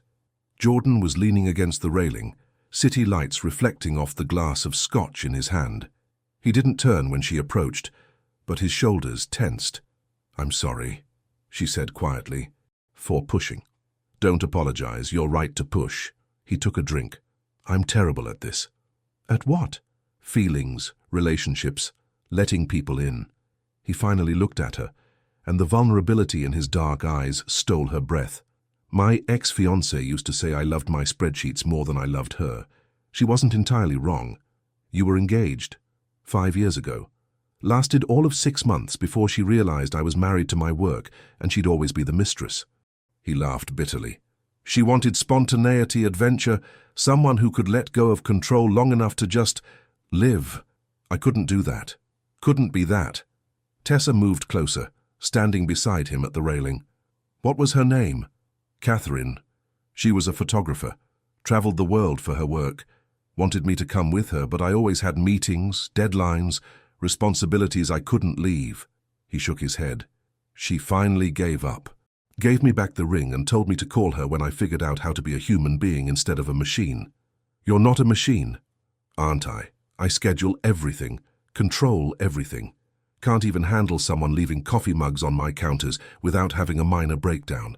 Jordan, You're the first person in 5 years who's made me question whether maybe she was right. Whether maybe I've been living half a life because I'm too scared to risk anything real. He turned to face her fully, and that terrifies me. Because tomorrow you're leaving and I'll go back to my perfectly organized, completely empty existence, and I'll pretend that's what I want. Is it? What you want? No. The word came out raw, honest. But wanting something and being capable of having it are two different things. Tessa felt tears prick her eyes. You're capable of more than you think. Am I? Because right now I want to ask you to stay, and I can't even form the words. Jordan? And even if I could, what would I be asking you to stay for?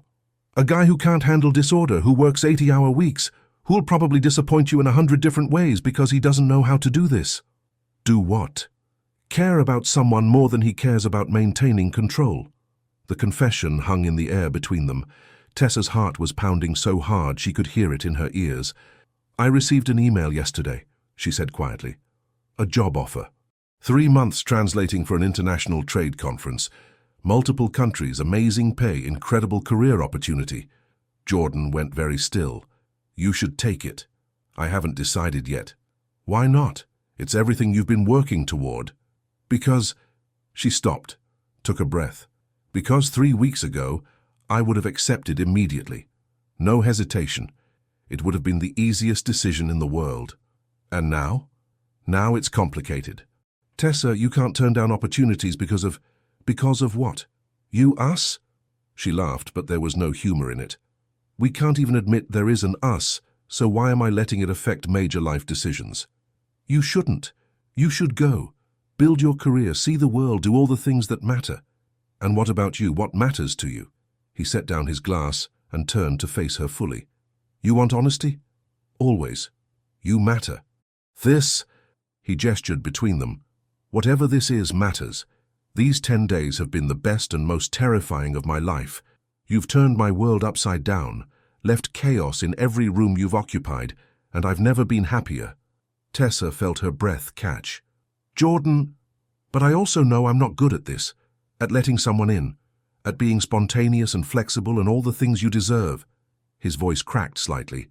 So yeah, I think you should go. Take the job. Because you deserve someone who can give you everything, not someone who's going to spend your entire relationship trying to organize your sock drawer. I don't want someone who organizes my sock drawer. Yes, you do. Eventually, you'll realize you want someone who can handle your beautiful chaos without trying to fix it. Someone who won't make you feel like you need to change. And you think you'd make me feel that way? I think I'd try very hard not to, and I'd probably fail. He reached out, tucking a strand of hair behind her ear, his fingers lingering against her cheek. You deserve better than my best effort. You deserve easy and certain and uncomplicated. What if I don't want easy? Tessa, what if I want someone who challenges me, who argues with me about coffee mugs and the structural integrity of sandwiches? What if I want someone who looks at me like I'm simultaneously the best and most frustrating thing that's ever happened to him? Jordan's thumb traced her cheekbone. You're definitely the most frustrating thing that's ever happened to me. Good. Because you're insufferable and controlling, and you've made me question everything I thought I knew about myself. They were close now, so close she could feel the warmth of his breath, see the flecks of gold in his dark eyes. His hand was still on her cheek, and her fingers had somehow found their way to his shirt collar. I should let you go, he whispered. You should. This is a terrible idea. The worst. Neither of them moved away.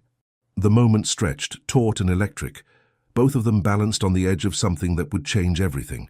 Jordan's eyes dropped to her lips, and Tessa felt her heart stutter. His phone rang. They jumped apart like teenagers caught by their parents. Jordan grabbed his phone, saw the screen, and swore creatively in Japanese.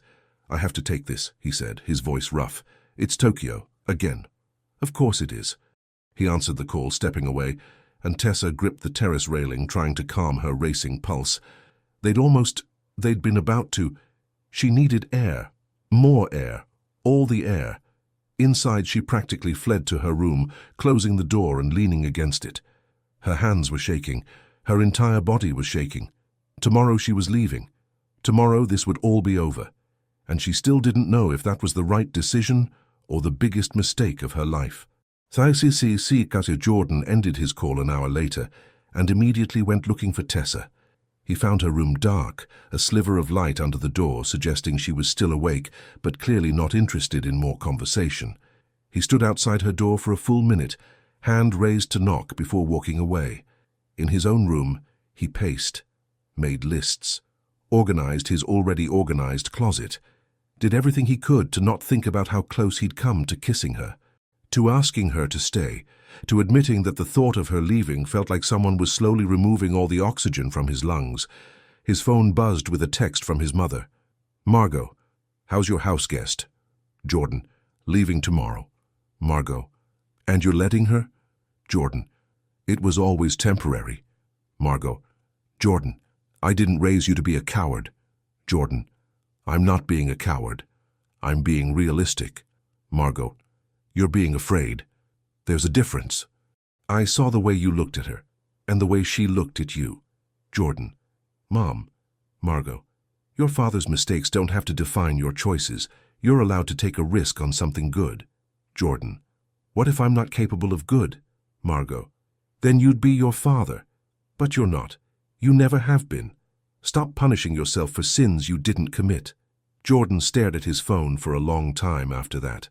Then he opened his contacts, found his therapist's number, and scheduled an emergency session for tomorrow morning. If he was going to let Tessa go, he needed to at least understand why he was doing it. And if he wasn't going to let her go, he needed to figure out how to become the man who deserved to ask her to stay. Tessa woke to the sound of the front door closing. She checked her phone, 6:47 a.m. Where was Jordan going this early? She found a note on the kitchen counter in his precise handwriting. "Had to run out. Coffee's ready. Back by noon. J." No explanation. Typical Jordan. Except it wasn't typical, because typical Jordan would have left detailed instructions and probably a backup plan in case the coffee maker malfunctioned. Tessa poured herself a cup and wandered to the terrace, watching the city wake up. This time tomorrow, she'd be in her own apartment. No panoramic views. No perfectly brewed coffee waiting for her. No infuriating, wonderful man who looked at her like she was simultaneously solving and creating every problem in his life. Her phone rang. "Maya." "Before you yell at me," Maya started. "You gave David this address." "I know, I'm so sorry. He called me crying, actual tears, Tessa, saying he'd made the biggest mistake of his life and just needed to see you one more time. I thought I was helping by sending my stalker ex to harass me. He's not a stalker, he's just persistently stupid." Maya paused. "How bad was it?" Jordan threatened him with a restraining order. "Oh my God, that's kind of hot though." Maya, "What? Protective guy defending your honor? That's romance novel material right there." Her tone shifted, becoming more serious. "Speaking of Jordan, how are you doing? You sounded weird last night." "I'm fine." "You're leaving today, right?" "That's the plan. And how do you feel about that?" Tessa looked out at the city, blinking back sudden tears. "Like I'm making a huge mistake, but I don't know what the alternative is." "The alternative is staying." "I can't just stay, this was always temporary." "Says who? Change the terms, tell him you want to stay." "And say what?" "Hey, I know we agreed this was temporary, but I've accidentally developed feelings for you, so can I just live here indefinitely?" "Yes, exactly that. Maya, he practically pushed me out the door last night, told me I should take the international job, move on with my life. He doesn't want me here." "Are you kidding? That man is so gone for you, he doesn't know which way is up." "You met him for 20 minutes. 20 minutes of watching you two pretend you weren't desperately in love with each other. Trust me, I know what I saw." I'm not." Tessa stopped. Was she? In love with Jordan? It's too fast. Says who? There's no timeline for feelings. Sometimes you just know. And sometimes you think you know. And you end up with someone like David who turns out to be completely wrong for you. Jordan is nothing like David. David was safe and boring and you settled for him because it was easy. Jordan challenges you, makes you feel alive. When's the last time you laughed as much as you have this week? Tessa couldn't remember. "Just think about it," Maya said gently. "What do you really want? Not what's practical or sensible. What does your gut tell you?" After they hung up, Tessa sat with that question. What did she want? The answer was immediate and terrifying. Jordan. She wanted Jordan. But wanting something and having it were two different things, as he'd so eloquently put it last night. Jordan sat in Dr. Richardson's office, trying to organize his thoughts enough to speak coherently. "You said this was urgent," Dr. Richardson prompted gently. She was in her 60s, with kind eyes, and a no-nonsense approach that Jordan appreciated. "What's going on? I think I'm falling in love with someone, and I need you to tell me it's a terrible idea." "Why would I do that?" "Because I'm not good at this. At relationships, at letting people in. You know my history. I know that you've spent the last 5 years using work as a shield to avoid emotional vulnerability." "Yes. What changed?" "Her name is Tessa. I hit her with my car." Dr. Richardson's eyebrows rose. "That's certainly an unconventional beginning." Jordan explained the whole story. The accident, the arrangement, the way Tessa had systematically dismantled every defense he'd built around himself. "She's leaving today, going back to her apartment, and eventually taking a job overseas for 3 months. How do you feel about that?" "Relieved?" He tried, but even he didn't believe it. "Terrified. Heartbroken. Like I'm watching something important slip away and I'm too much of a coward to reach for it." "Why do you think you're a coward?" "Because I can't even ask her to stay. Every time I try, I remember Catherine telling me I was incapable of putting someone else first, that I'd always choose control over connection." "Do you believe that's true?" Jordan thought about the past 10 days, about making coffee the way Tessa liked it, about buying extra dictionaries so she'd have options while working, about hiring a physical therapist and arguing with insurance adjusters and threatening her ex-boyfriend. "I don't know anymore," he admitted. "With Tessa, I don't want control. I want chaos, her chaos. Coffee mugs everywhere and translation papers covering every surface, and arguments about sandwich construction. Then what's stopping you? What if I'm not enough? What if I try, and I still can't be what she needs?" "Jordan, you're asking for guarantees in a situation that has none. Love is inherently risky. The question isn't whether you might fail, you might. The question is whether the possibility of success is worth the risk. And if it's not, if I ask her to stay and we try this and it falls apart in 3 months, 6 months, a year, then you'll have tried. You'll have taken a chance on something real instead of hiding behind spreadsheets and schedules." Dr. Richardson leaned forward. "You've been punishing yourself for your father's failures for 20 years. When do you get to forgive yourself for crimes you didn't commit?" The words hit Jordan like a physical blow. He thought about his mother's text last night, about Tessa's face when she'd said he deserved better, about the way she looked at him like he was simultaneously infuriating and exactly what she wanted. "What if I don't know how to do this?" he asked quietly. "Then you learn. With her. Together. That's what relationships are. Two imperfect people figuring it out as they go. She's so much better at feelings than I am. So let her teach you. And you teach her about, I don't know, organizational systems or whatever it is you do." Despite everything, Jordan laughed. "That sounds terrible. It sounds real. Messy and complicated and real." Dr. Richardson smiled. "You have a choice, Jordan. You can let her go and spend the rest of your life wondering what if, or you can take a risk and see what happens. What if it's the wrong risk? What if it's the right one?" Jordan sat with that for a long moment. Then he checked his watch. "I need to go. Session's not over." "I know, but I have something I need to do before I lose my nerve." Dr. Richardson smiled. "Good luck, Jordan." He was going to need it.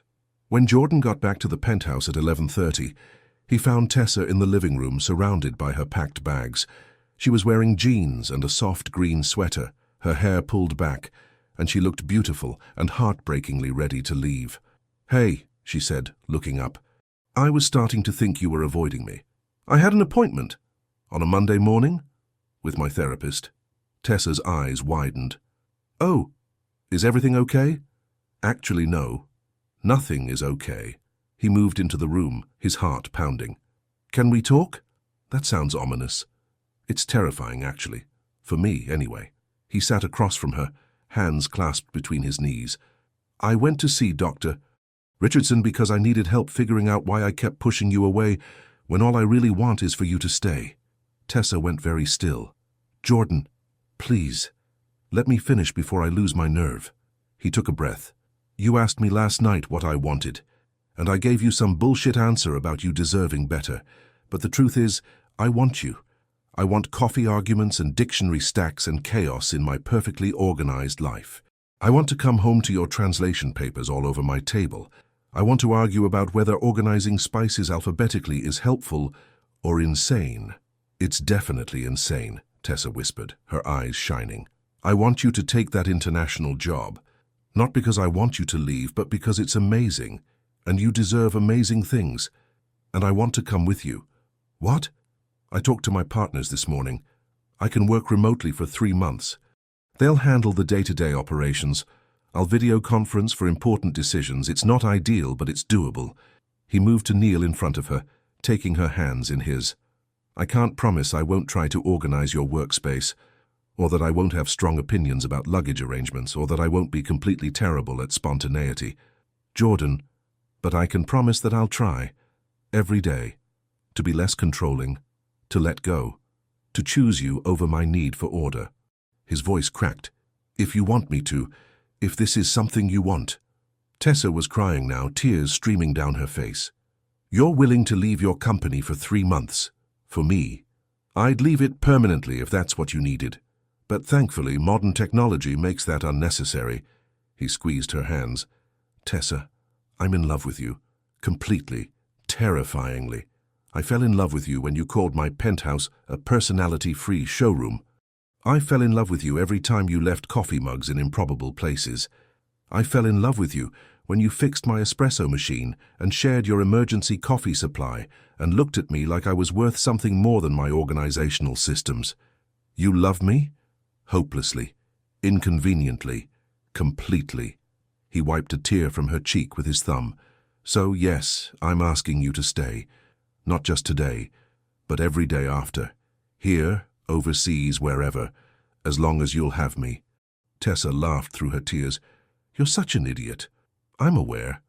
I've been in love with you since you threatened David with a restraining order. Maybe before. Maybe since you carried me up those stairs like I weighed nothing and pretended it was no big deal. It wasn't. It was. Everything you do for me is a big deal. Making my coffee, hiring Patricia, standing up to my ex, asking me to stay. She cupped his face in her hands. You're not incapable of putting someone else first, Jordan. You've been putting me first since the moment we met. I hit you with my car. Details.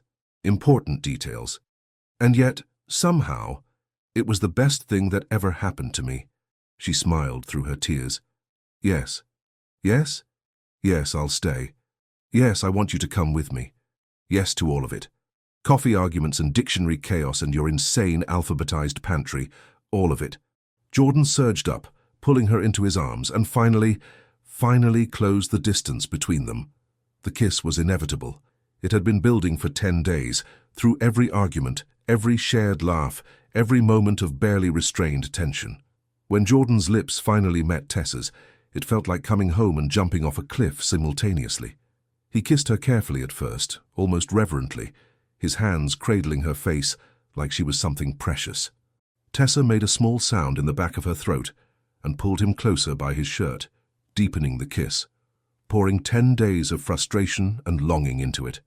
Jordan groaned against her mouth, his control fracturing. One hand slid into her hair, tilting her head to change the angle, while the other found her waist pulling her flush against him. Tessa's fingers tangled in his hair, and she felt him shudder at the touch. They broke apart for air, foreheads pressed together, both breathing hard. That was... Tessa started. Overdue, Jordan finished, his voice rough. I was going to say amazing, but overdue works too. He laughed, and the sound vibrated through her. We could have been doing that for days. Your fault. You kept running away. I was being noble. You were being an idiot. Can't it be both? He kissed her again, softer this time, but no less intense. His lips moved from her mouth to her jaw, trailing kisses along the sensitive skin of her neck.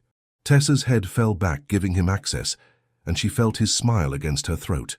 We should probably, she gasped, when he found a particularly sensitive spot. Talk about logistics. Logistics are overrated. He punctuated each word with a kiss. We'll figure it out. Who are you and what have you done with Jordan Ellis? He pulled back to look at her, his dark eyes warm and full of something that made her heart skip. "You've corrupted me. Turned me into someone who says things like, 'We'll figure it out.'" The horror, completely scandalous. He tucked a strand of hair behind her ear, his touch gentle. "I love you. I love you too, you controlling, wonderful, impossible man."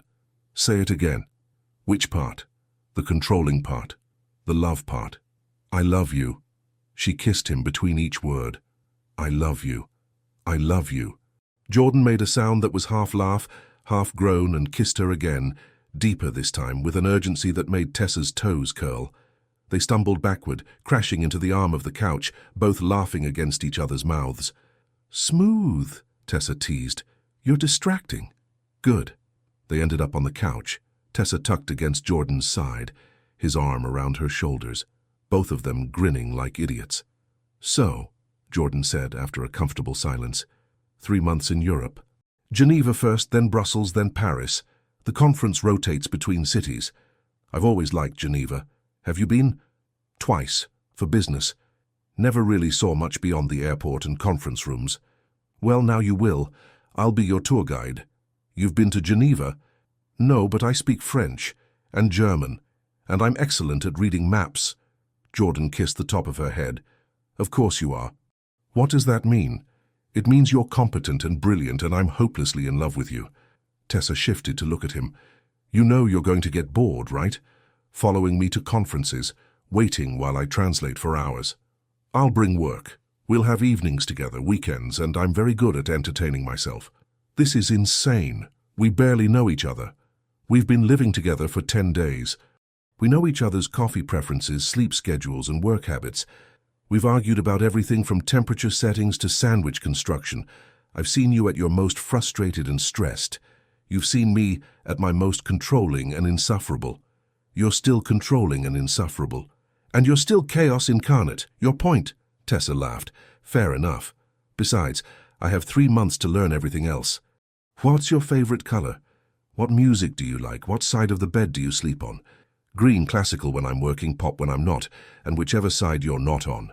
Jordan's expression softened. "That was smoother than my couch maneuver. I have my moments."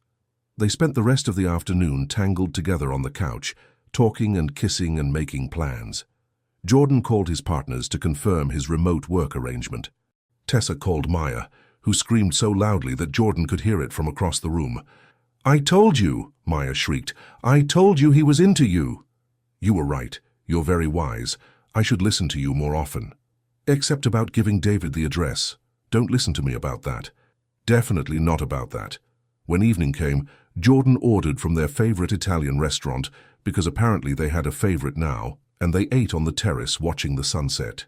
"I can't believe this is real," Tessa said, watching the sky turn orange and pink. "What part?" "All of it. That I'm here, that you're coming with me, that we're us." Jordan laced his fingers through hers. "Having second thoughts. Terrified thoughts, but not second ones." "Good, because I already told my mother." Tessa's eyes widened. "You what?" "Called her after you talked to Maya. She's thrilled. Also, she wants you to come to dinner next week before we leave." "Oh, God. Your terrifying mother wants to have dinner with me. She likes you. How can you tell? She told me if I let you go, she'd disown me." She did not. Her exact words were, "If you're stupid enough to let that girl walk away, you're no son of mine." Tessa laughed so hard she nearly spilled her wine. "I like your mother. Everyone does. It's very annoying." But he was smiling. "She also said we should get married." Tessa choked on her wine. "I'm sorry, what?" "Relax. I told her it was too soon." "Did you?" "I said we'd discuss it in at least 6 months." 6 months? Jordan was grinning now, clearly enjoying her reaction. "Too fast." "Jordan Ellis, did you just propose a proposal timeline on our first day together as an actual couple? It's called planning ahead. It's called insanity. Is that a no to discussing marriage in 6 months?" Tessa stared at him, torn between exasperation and something that felt dangerously like hope. "Ask me in 6 months. I'll put it in my calendar." "Of course you will. With reminders, naturally. And backup reminders. You're ridiculous. You love it." And the terrifying thing was, she did. She loved his planning and his organization and his completely over-the-top approach to life. She loved that he was already thinking about their future. She loved that he looked at her like she was the answer to a question he'd been asking his whole life. "Yes," she said quietly. Jordan's teasing expression sobered. "Yes? Ask me in 6 months and the answer will be yes." For a moment he just stared at her. Then he set down his wine, pulled her into his lap, and kissed her with such tenderness and intensity that Tessa felt tears prick her eyes. "I'm holding you to that," he murmured against her lips. "You better." They stayed on the terrace until the stars came out, wrapped in each other's arms, making plans and promises and occasionally getting distracted by kissing. When it got too cold, they moved inside, and Jordan built a fire, because of course his minimalist penthouse had a fireplace that Tessa had never noticed. "How did I miss that?" she asked, curling up on the couch. "You were too busy criticizing my lack of personality to notice the architectural details." "Fair point." He settled beside her, pulling her against his chest. She fit perfectly there, like they'd been designed to occupy the same space. "Can I ask you something?" Tessa said. "Always. Are you scared? About us, I mean." Jordan was quiet for a moment, terrified. "I keep waiting for the other shoe to drop, for you to realize I'm too rigid or too controlling or too fundamentally damaged." "Jordan, but I'm also more certain of this than I've been of anything in my life, which is either very brave or very stupid. Probably both. Definitely both." He kissed her forehead. "What about you?" "Scared out of my mind. Every relationship I've had has either been safe and boring or exciting and disastrous. I don't know what to do with safe and exciting. We could try enjoying it? Revolutionary concept. I'm full of them lately." She tilted her head up to kiss him, and he responded immediately, his hand sliding up her back to tangle in her hair. The kiss deepened, heat building between them until they were both breathing hard. "Tessa," Jordan said, his voice strained, "if we keep doing this—" "I know. I don't want to rush." "I know that too. But I really, really want to." "Jordan?" "Yeah?" "Stop talking." She kissed him again, and this time there was clear intention behind it. Jordan groaned, pulling her closer, his hands mapping the curves of her body through her clothes. "Are you sure?" he asked, even as his fingers found the hem of her sweater. "I've never been more sure of anything." "Thank God." He stood, sweeping her up into his arms in one smooth motion. "Because I've been thinking about this for days." "Only days?" she teased, wrapping her arms around his neck. "Fine. Since the moment you called me an arrogant ricchino in the hospital. I knew you liked that. I hated it, which is how I knew I was in trouble." He carried her up to his room, the third floor that had been off-limits territory, and Tessa had a brief glimpse of more minimalist design before he was kissing her again, and she stopped caring about interior decorating. They had all the time in the world for logistics and planning and figuring out the details. Right now they had this, each other, finally, with nothing between them but want and trust and the beginning of forever. And it was perfect. Jordan's bedroom was exactly what Tessa expected. Clean lines, neutral tones, everything in its place. But it was also unexpectedly warm, with soft lighting and a view of the city through floor-to-ceiling windows that made the room feel like it was floating above the world. He set her down gently on the edge of the bed, and for a moment they just looked at each other. The intensity of what they were about to do settled over them, and Tessa felt a flutter of nervousness in her stomach. "Hey," Jordan said softly, kneeling in front of her so they were at eye level. "We don't have to. I want to." She cupped his face in her hands. It's been a while. And I've never felt like this before. About anyone." "Like what?" "Like I'm about to hand you every vulnerable part of myself and trust you not to break them." Jordan's expression softened, and he turned his head to kiss her palm. "I know the feeling. I've never—" He stopped, seeming to search for words. "I've had relationships, but I've never had this. Someone I want to know everything about. Someone whose chaos I want to be part of instead of trying to control. That might be the most romantic thing you've ever said to me. Wait until I get started." He kissed her, soft and sweet, his hands gentle on her face. "I'm going to take my time with you. Learn what makes you sigh, what makes you laugh, what makes you forget your own name." Tessa shivered. "That's very confident." "I'm very motivated." He kissed her jaw, her neck, the sensitive spot behind her ear. "I've been wanting to do this since you yelled at me in the rain." "That's concerning. That's honest." His hands found the hem of her sweater, and he paused. "Tell me if you want me to stop." "Don't you dare." He smiled against her neck and helped her out of the sweater, his eyes darkening as he took in the sight of her. "You're beautiful. You're biased." "I'm observant." He kissed her collarbone, then lower, and Tessa's breath caught. "And I've been thinking about this for days." "You mentioned that." "I'm emphasizing it." His hands were everywhere now, her waist, her back, sliding up her ribs with reverent care. "God, Tessa." She pulled at his shirt, suddenly desperate to feel his skin against hers. Jordan helped her, shrugging out of it with more haste than grace, and Tessa ran her hands over his chest, feeling the muscles there, the warmth of him. "You're not too bad yourself," she said, trying for teasing but landing somewhere breathless. High praise. "I'm saving the good compliments for when you earn them." Challenge accepted. He kissed her again, deeper this time, guiding her back onto the bed. His weight settled over her, solid and warm and perfect, and Tessa wrapped her arms around him, pulling him closer. They took their time undressing each other, punctuating each new revelation. Jordan was true to his word, learning her, mapping every inch of her with his hands and mouth until Tessa was trembling beneath him. "Jordan," she gasped when his lips found a particularly sensitive spot. "Please." "Please what?" "You know what. I want to hear you say it. You're insufferable. You love it." He kissed his way back up to her mouth, his dark eyes intense. "Tell me what you need. You. I need you." Something flickered in his expression. Possession? Tenderness? Maybe both. "For you have me. You've had me since you called my penthouse a showroom." "Then prove it." He did, with gentle hands and whispered promises, with patience and intensity in equal measure. Jordan was careful with her, attentive to every gasp and sigh, learning what she liked, what made her arch into his touch. "Is this okay?" he asked, his voice strained with restraint. "More than okay. Jordan, please. I've got you." And he did.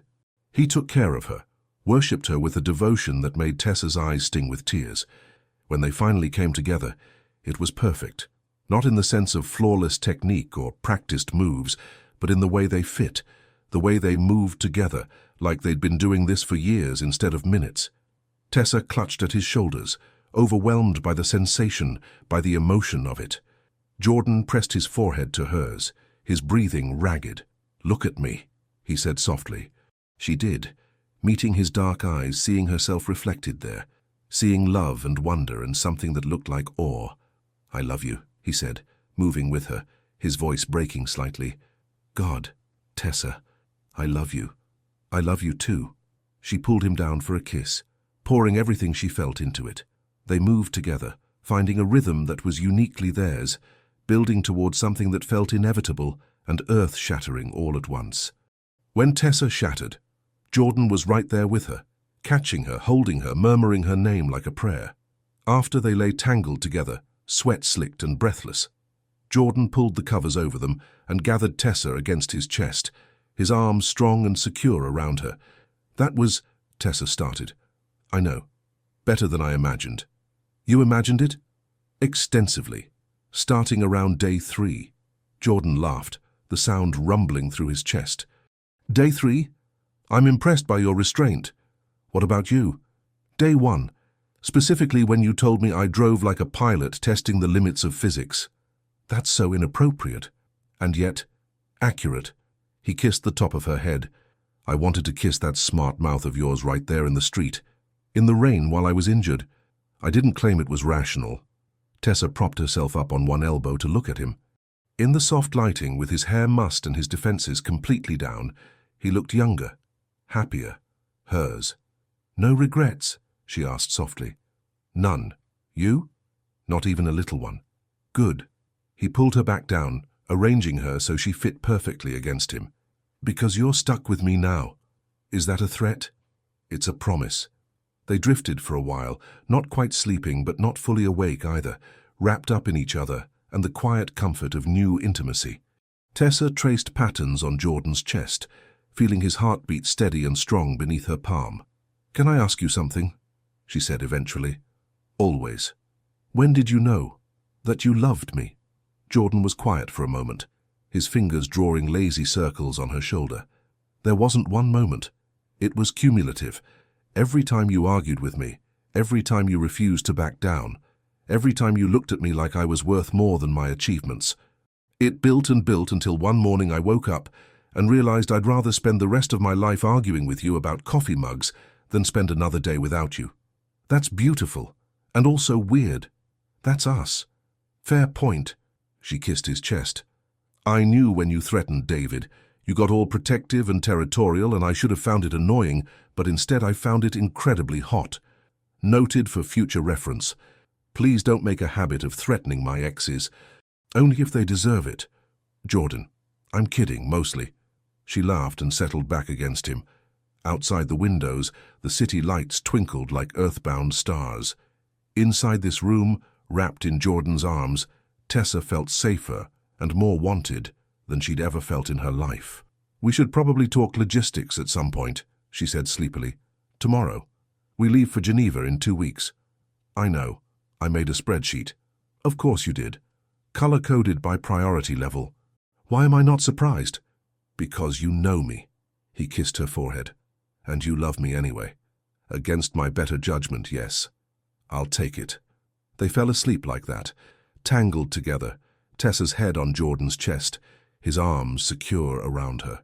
For the first time in years, Jordan slept through the night without waking up to check his phone or reorganize his mental to-do list.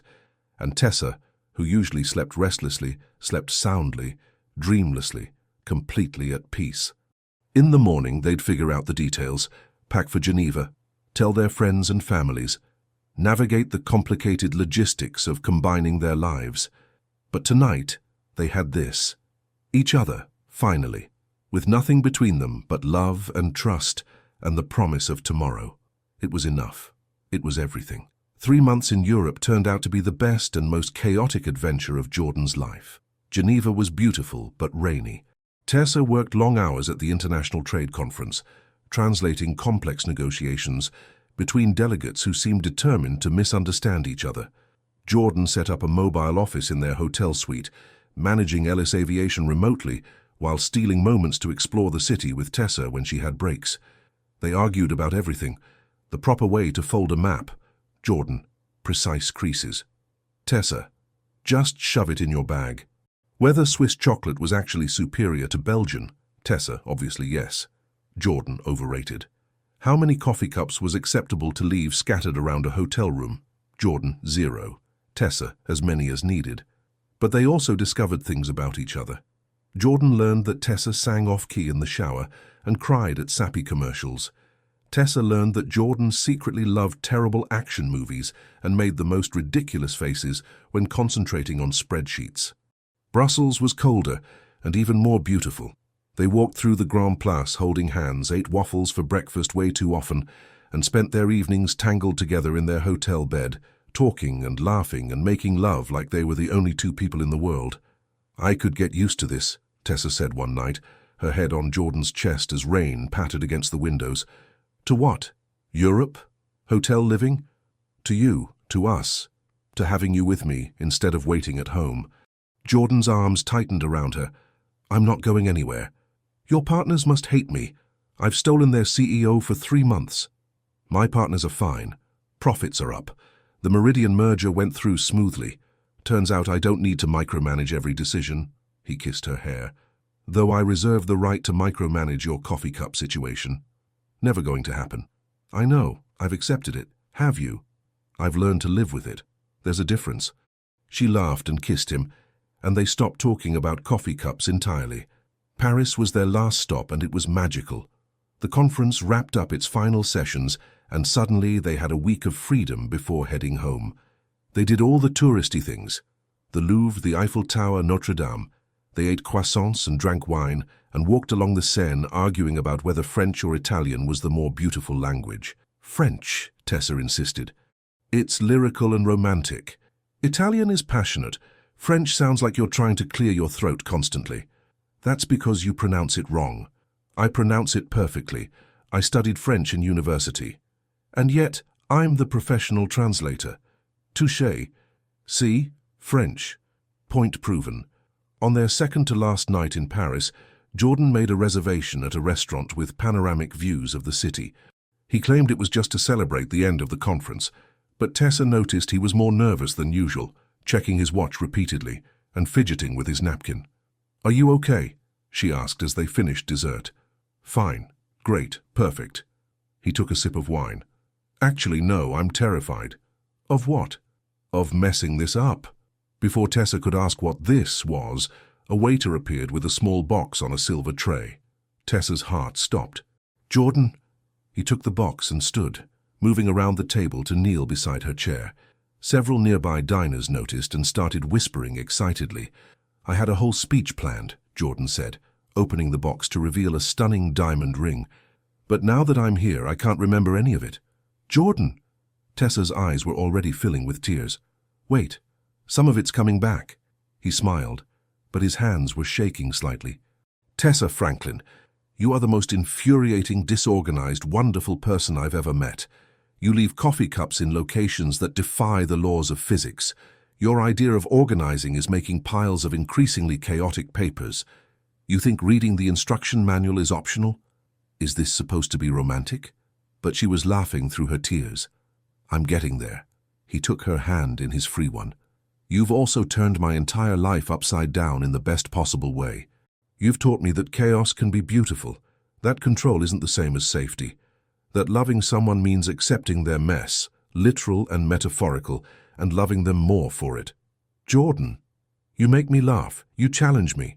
You see past all my defenses to the person I am underneath, and I want to spend the rest of my life arguing with you about coffee mugs and sandwich construction and whether French or Italian is superior." "It's French," Tessa whispered. "We'll argue about it for the next 50 years. He held up the ring. "Marry me, Tessa. Let me be the organized one to your creative chaos.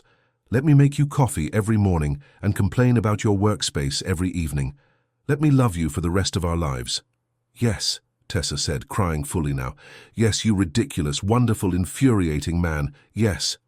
Jordan slipped the ring onto her finger. It fit perfectly, of course, because he'd somehow gotten her ring size without her noticing, and stood, pulling her into his arms. The restaurant erupted in applause, but Tessa barely heard it over the pounding of her heart. "I love you," Jordan said against her lips. "I love you too, even though you just proposed by listing my flaws." "Those aren't flaws. They're features. You're such a nerd. You're marrying me anyway." "Against my better judgment, yes." He kissed her again, and Tessa felt like her heart might burst from happiness. Later, back at their hotel, Jordan confessed that he'd been carrying the ring for the entire 3 months, waiting for the perfect moment. 3 months? Tessa stared at him. "You've been lugging an engagement ring around Europe for 3 months? I wanted to be prepared." "You're insane. You just agreed to marry me. So what does that say about you?" "That I'm equally insane." She looked at the ring on her finger, the diamond catching the light. "It's beautiful, Jordan. Not as beautiful as you." He pulled her close. "I can't believe you said yes. I told you 6 months ago that I would." "I know, but I thought you might reconsider when faced with actual commitment." "Are you trying to get me to change my mind?" "God, no, I'm just—" He stopped, suddenly serious. "I'm really happy, Tessa. Happier than I've ever been." "Me too." They made love that night with a new tenderness, a new weight to their touches. They were building something permanent now. Not just dating, not just living together, but planning a future, a whole life. In the morning, they'd fly home and start planning a wedding. They'd combine their apartments, argue about furniture placement, and probably drive each other crazy with their different approaches to everything. But tonight in Paris, with the Eiffel Tower glittering outside their window, they had this: each other, a promise, and the certainty that whatever chaos lay ahead, they'd face it together. The wedding was 6 months later, smaller than Margot wanted but bigger than Jordan preferred. They compromised, as they'd learned to do about most things. Tessa wore an ivory dress, definitely not blue as she'd insisted to the bridal consultant, and Jordan wore a perfectly tailored suit that he'd only had adjusted 3 times, down from his original plan of 5. Maya was maid of honor and cried through the entire ceremony. Margot sat in the front row beaming like she'd personally orchestrated the whole thing. When Jordan said his vows, He promised to love Tessa's chaos, to always make her coffee the way she liked it, and to only reorganize her workspace when absolutely necessary. The guests laughed, but his voice cracked on the last line. "You're the best thing that ever happened to me, even if you did walk into traffic." Tessa's vows promised to try to put coffee cups in the sink, to appreciate his organizational systems even when they drove her crazy, and to love him through every spreadsheet and scheduled moment. "You're my favorite argument," she said, "the one I never want to win because then it would be over." They kissed as husband and wife to thunderous applause, and Jordan whispered against her lips, "Still can't believe you married me." "You better believe it, Ellis. You're stuck with me now." Best fate I could imagine. The reception was at a hotel with panoramic city views, because of course Jordan had found the same aesthetic from the proposal. They danced, ate too much cake, and Jordan only complained twice about the DJ's organizational system for requests. "You're doing so well," Tessa teased, dancing in his arms. "I'm being flexible. You reorganized the gift table. It was asymmetrical. It was bothering me." "Jordan, I have a condition. It's called being right about organizational aesthetics." She laughed and pulled him closer. "I love you, you impossible man. I love you too, Mrs. Ellis. I'm keeping Franklin professionally. I know. I have it in my notes. You made notes about my name? I made notes about everything. Our wedding is very well documented. You're going to drive me crazy for the next 50 years, aren't you?" "At least 50. He kissed her forehead.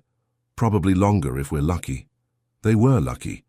Luckier than either of them had ever imagined possible, and as they danced under the city lights, surrounded by friends and family, Tessa thought about that rainy day when Jordan's car had changed everything.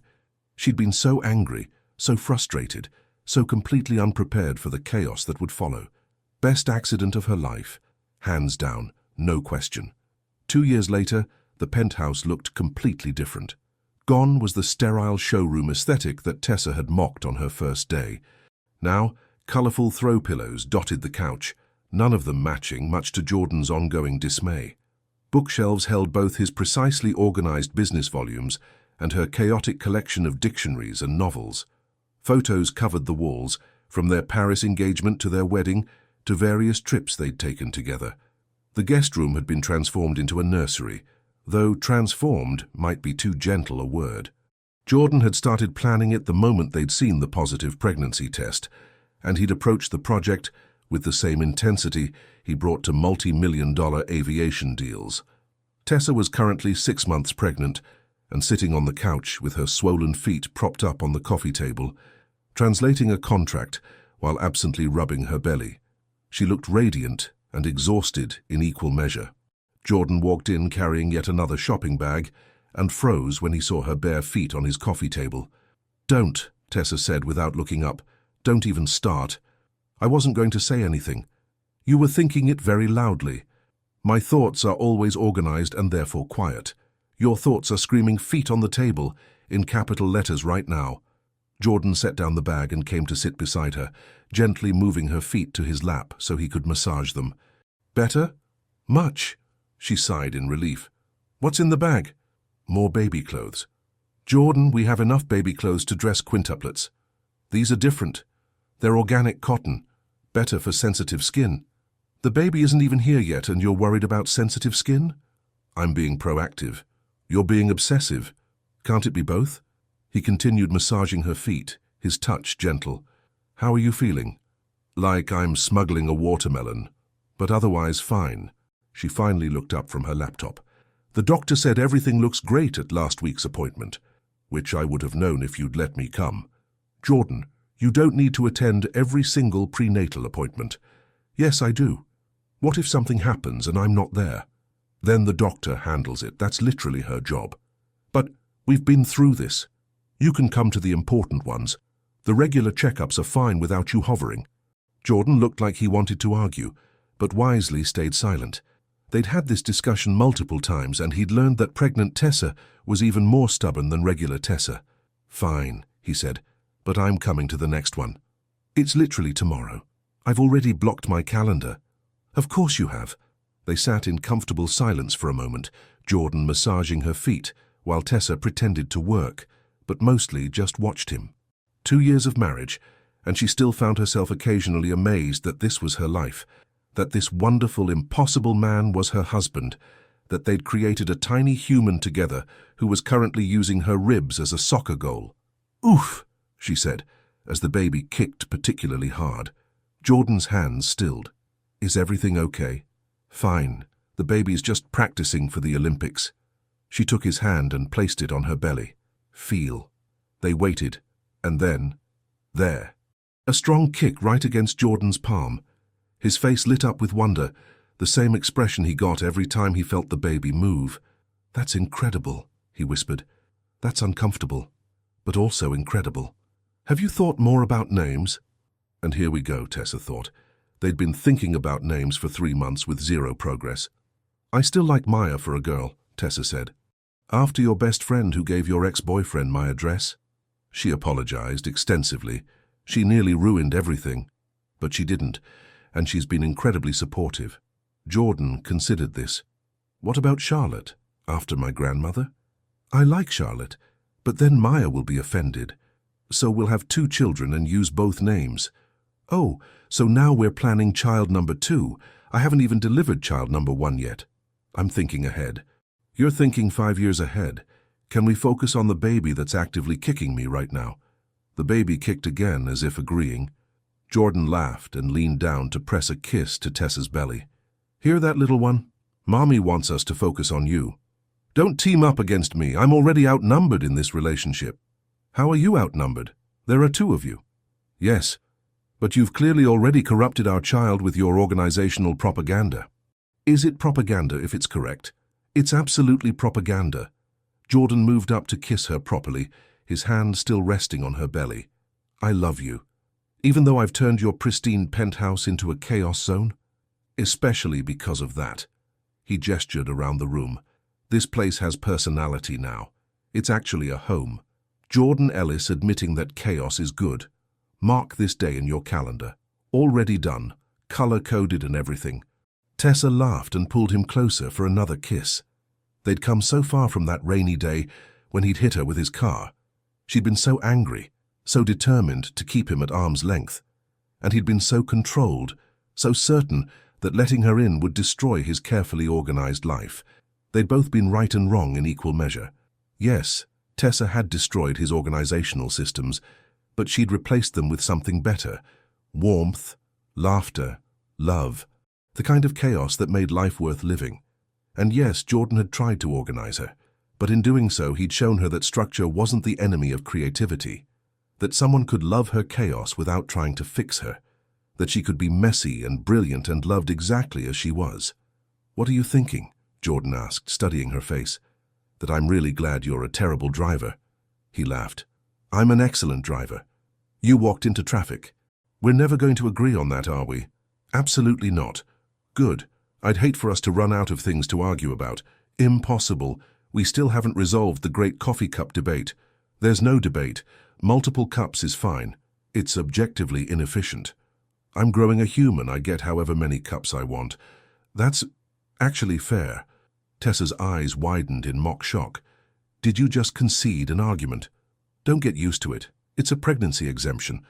I'm going to milk this exemption for all it's worth. I know I've prepared a spreadsheet of reasonable pregnancy exemptions." "Of course you have." They settled back into comfortable silence, Jordan's hand never leaving Tessa's belly, both of them feeling their baby move and kick, and remind them that their family was about to expand. The nursery was ready. Jordan had made sure of that months ago. They had every baby item ever invented, meticulously organized and labeled. What they didn't have was a plan for the chaos that would follow. The sleepless nights, the unpredictability, the complete loss of control that came with a newborn. Jordan was terrified. Tessa could see it in the way his jaw tightened sometimes when he looked at the nursery, in the way he'd read 17 parenting books and created detailed feeding schedules for a baby who didn't even have a name yet. "Hey," she said softly, squeezing his hand. "We're going to be okay." "I know." "Do you?" "Because you've reorganized the baby's sock drawer 3 times this week. The socks need to be sorted by size and color for optimal—" He stopped, catching her expression. "I'm spiraling. A little bit. What if I'm terrible at this? at being spontaneous and flexible and all the things babies require. Then you'll learn, like you learned to live with my coffee cups, like you learned to let me leave my work papers everywhere, like you learned that loving someone means accepting their chaos. The baby is going to be so chaotic, absolutely, especially with my genes. Oh God, Tessa laughed. You're going to be an amazing father, Jordan. You're already obsessively prepared, which means you'll have everything we need. And when things don't go according to plan, and they won't, you'll figure it out. We'll figure it out together. Together, he repeated, like he was testing the word. That's kind of the whole point of this marriage thing. Right, yes, together. He took a deep breath. I can do together. You've been doing together for 3 years now. You're excellent at it. Only because you're patient with me. I'm really not. I just love you enough to put up with your organizational neuroses. And I love you enough to tolerate your complete disregard for proper coffee cup protocols. They smiled at each other, and the baby kicked again, harder this time. Both their hands went to Tessa's belly, feeling the movement, the life they'd created together. In that moment, sitting in their chaotic, colorful, perfectly imperfect home, Jordan felt something click into place.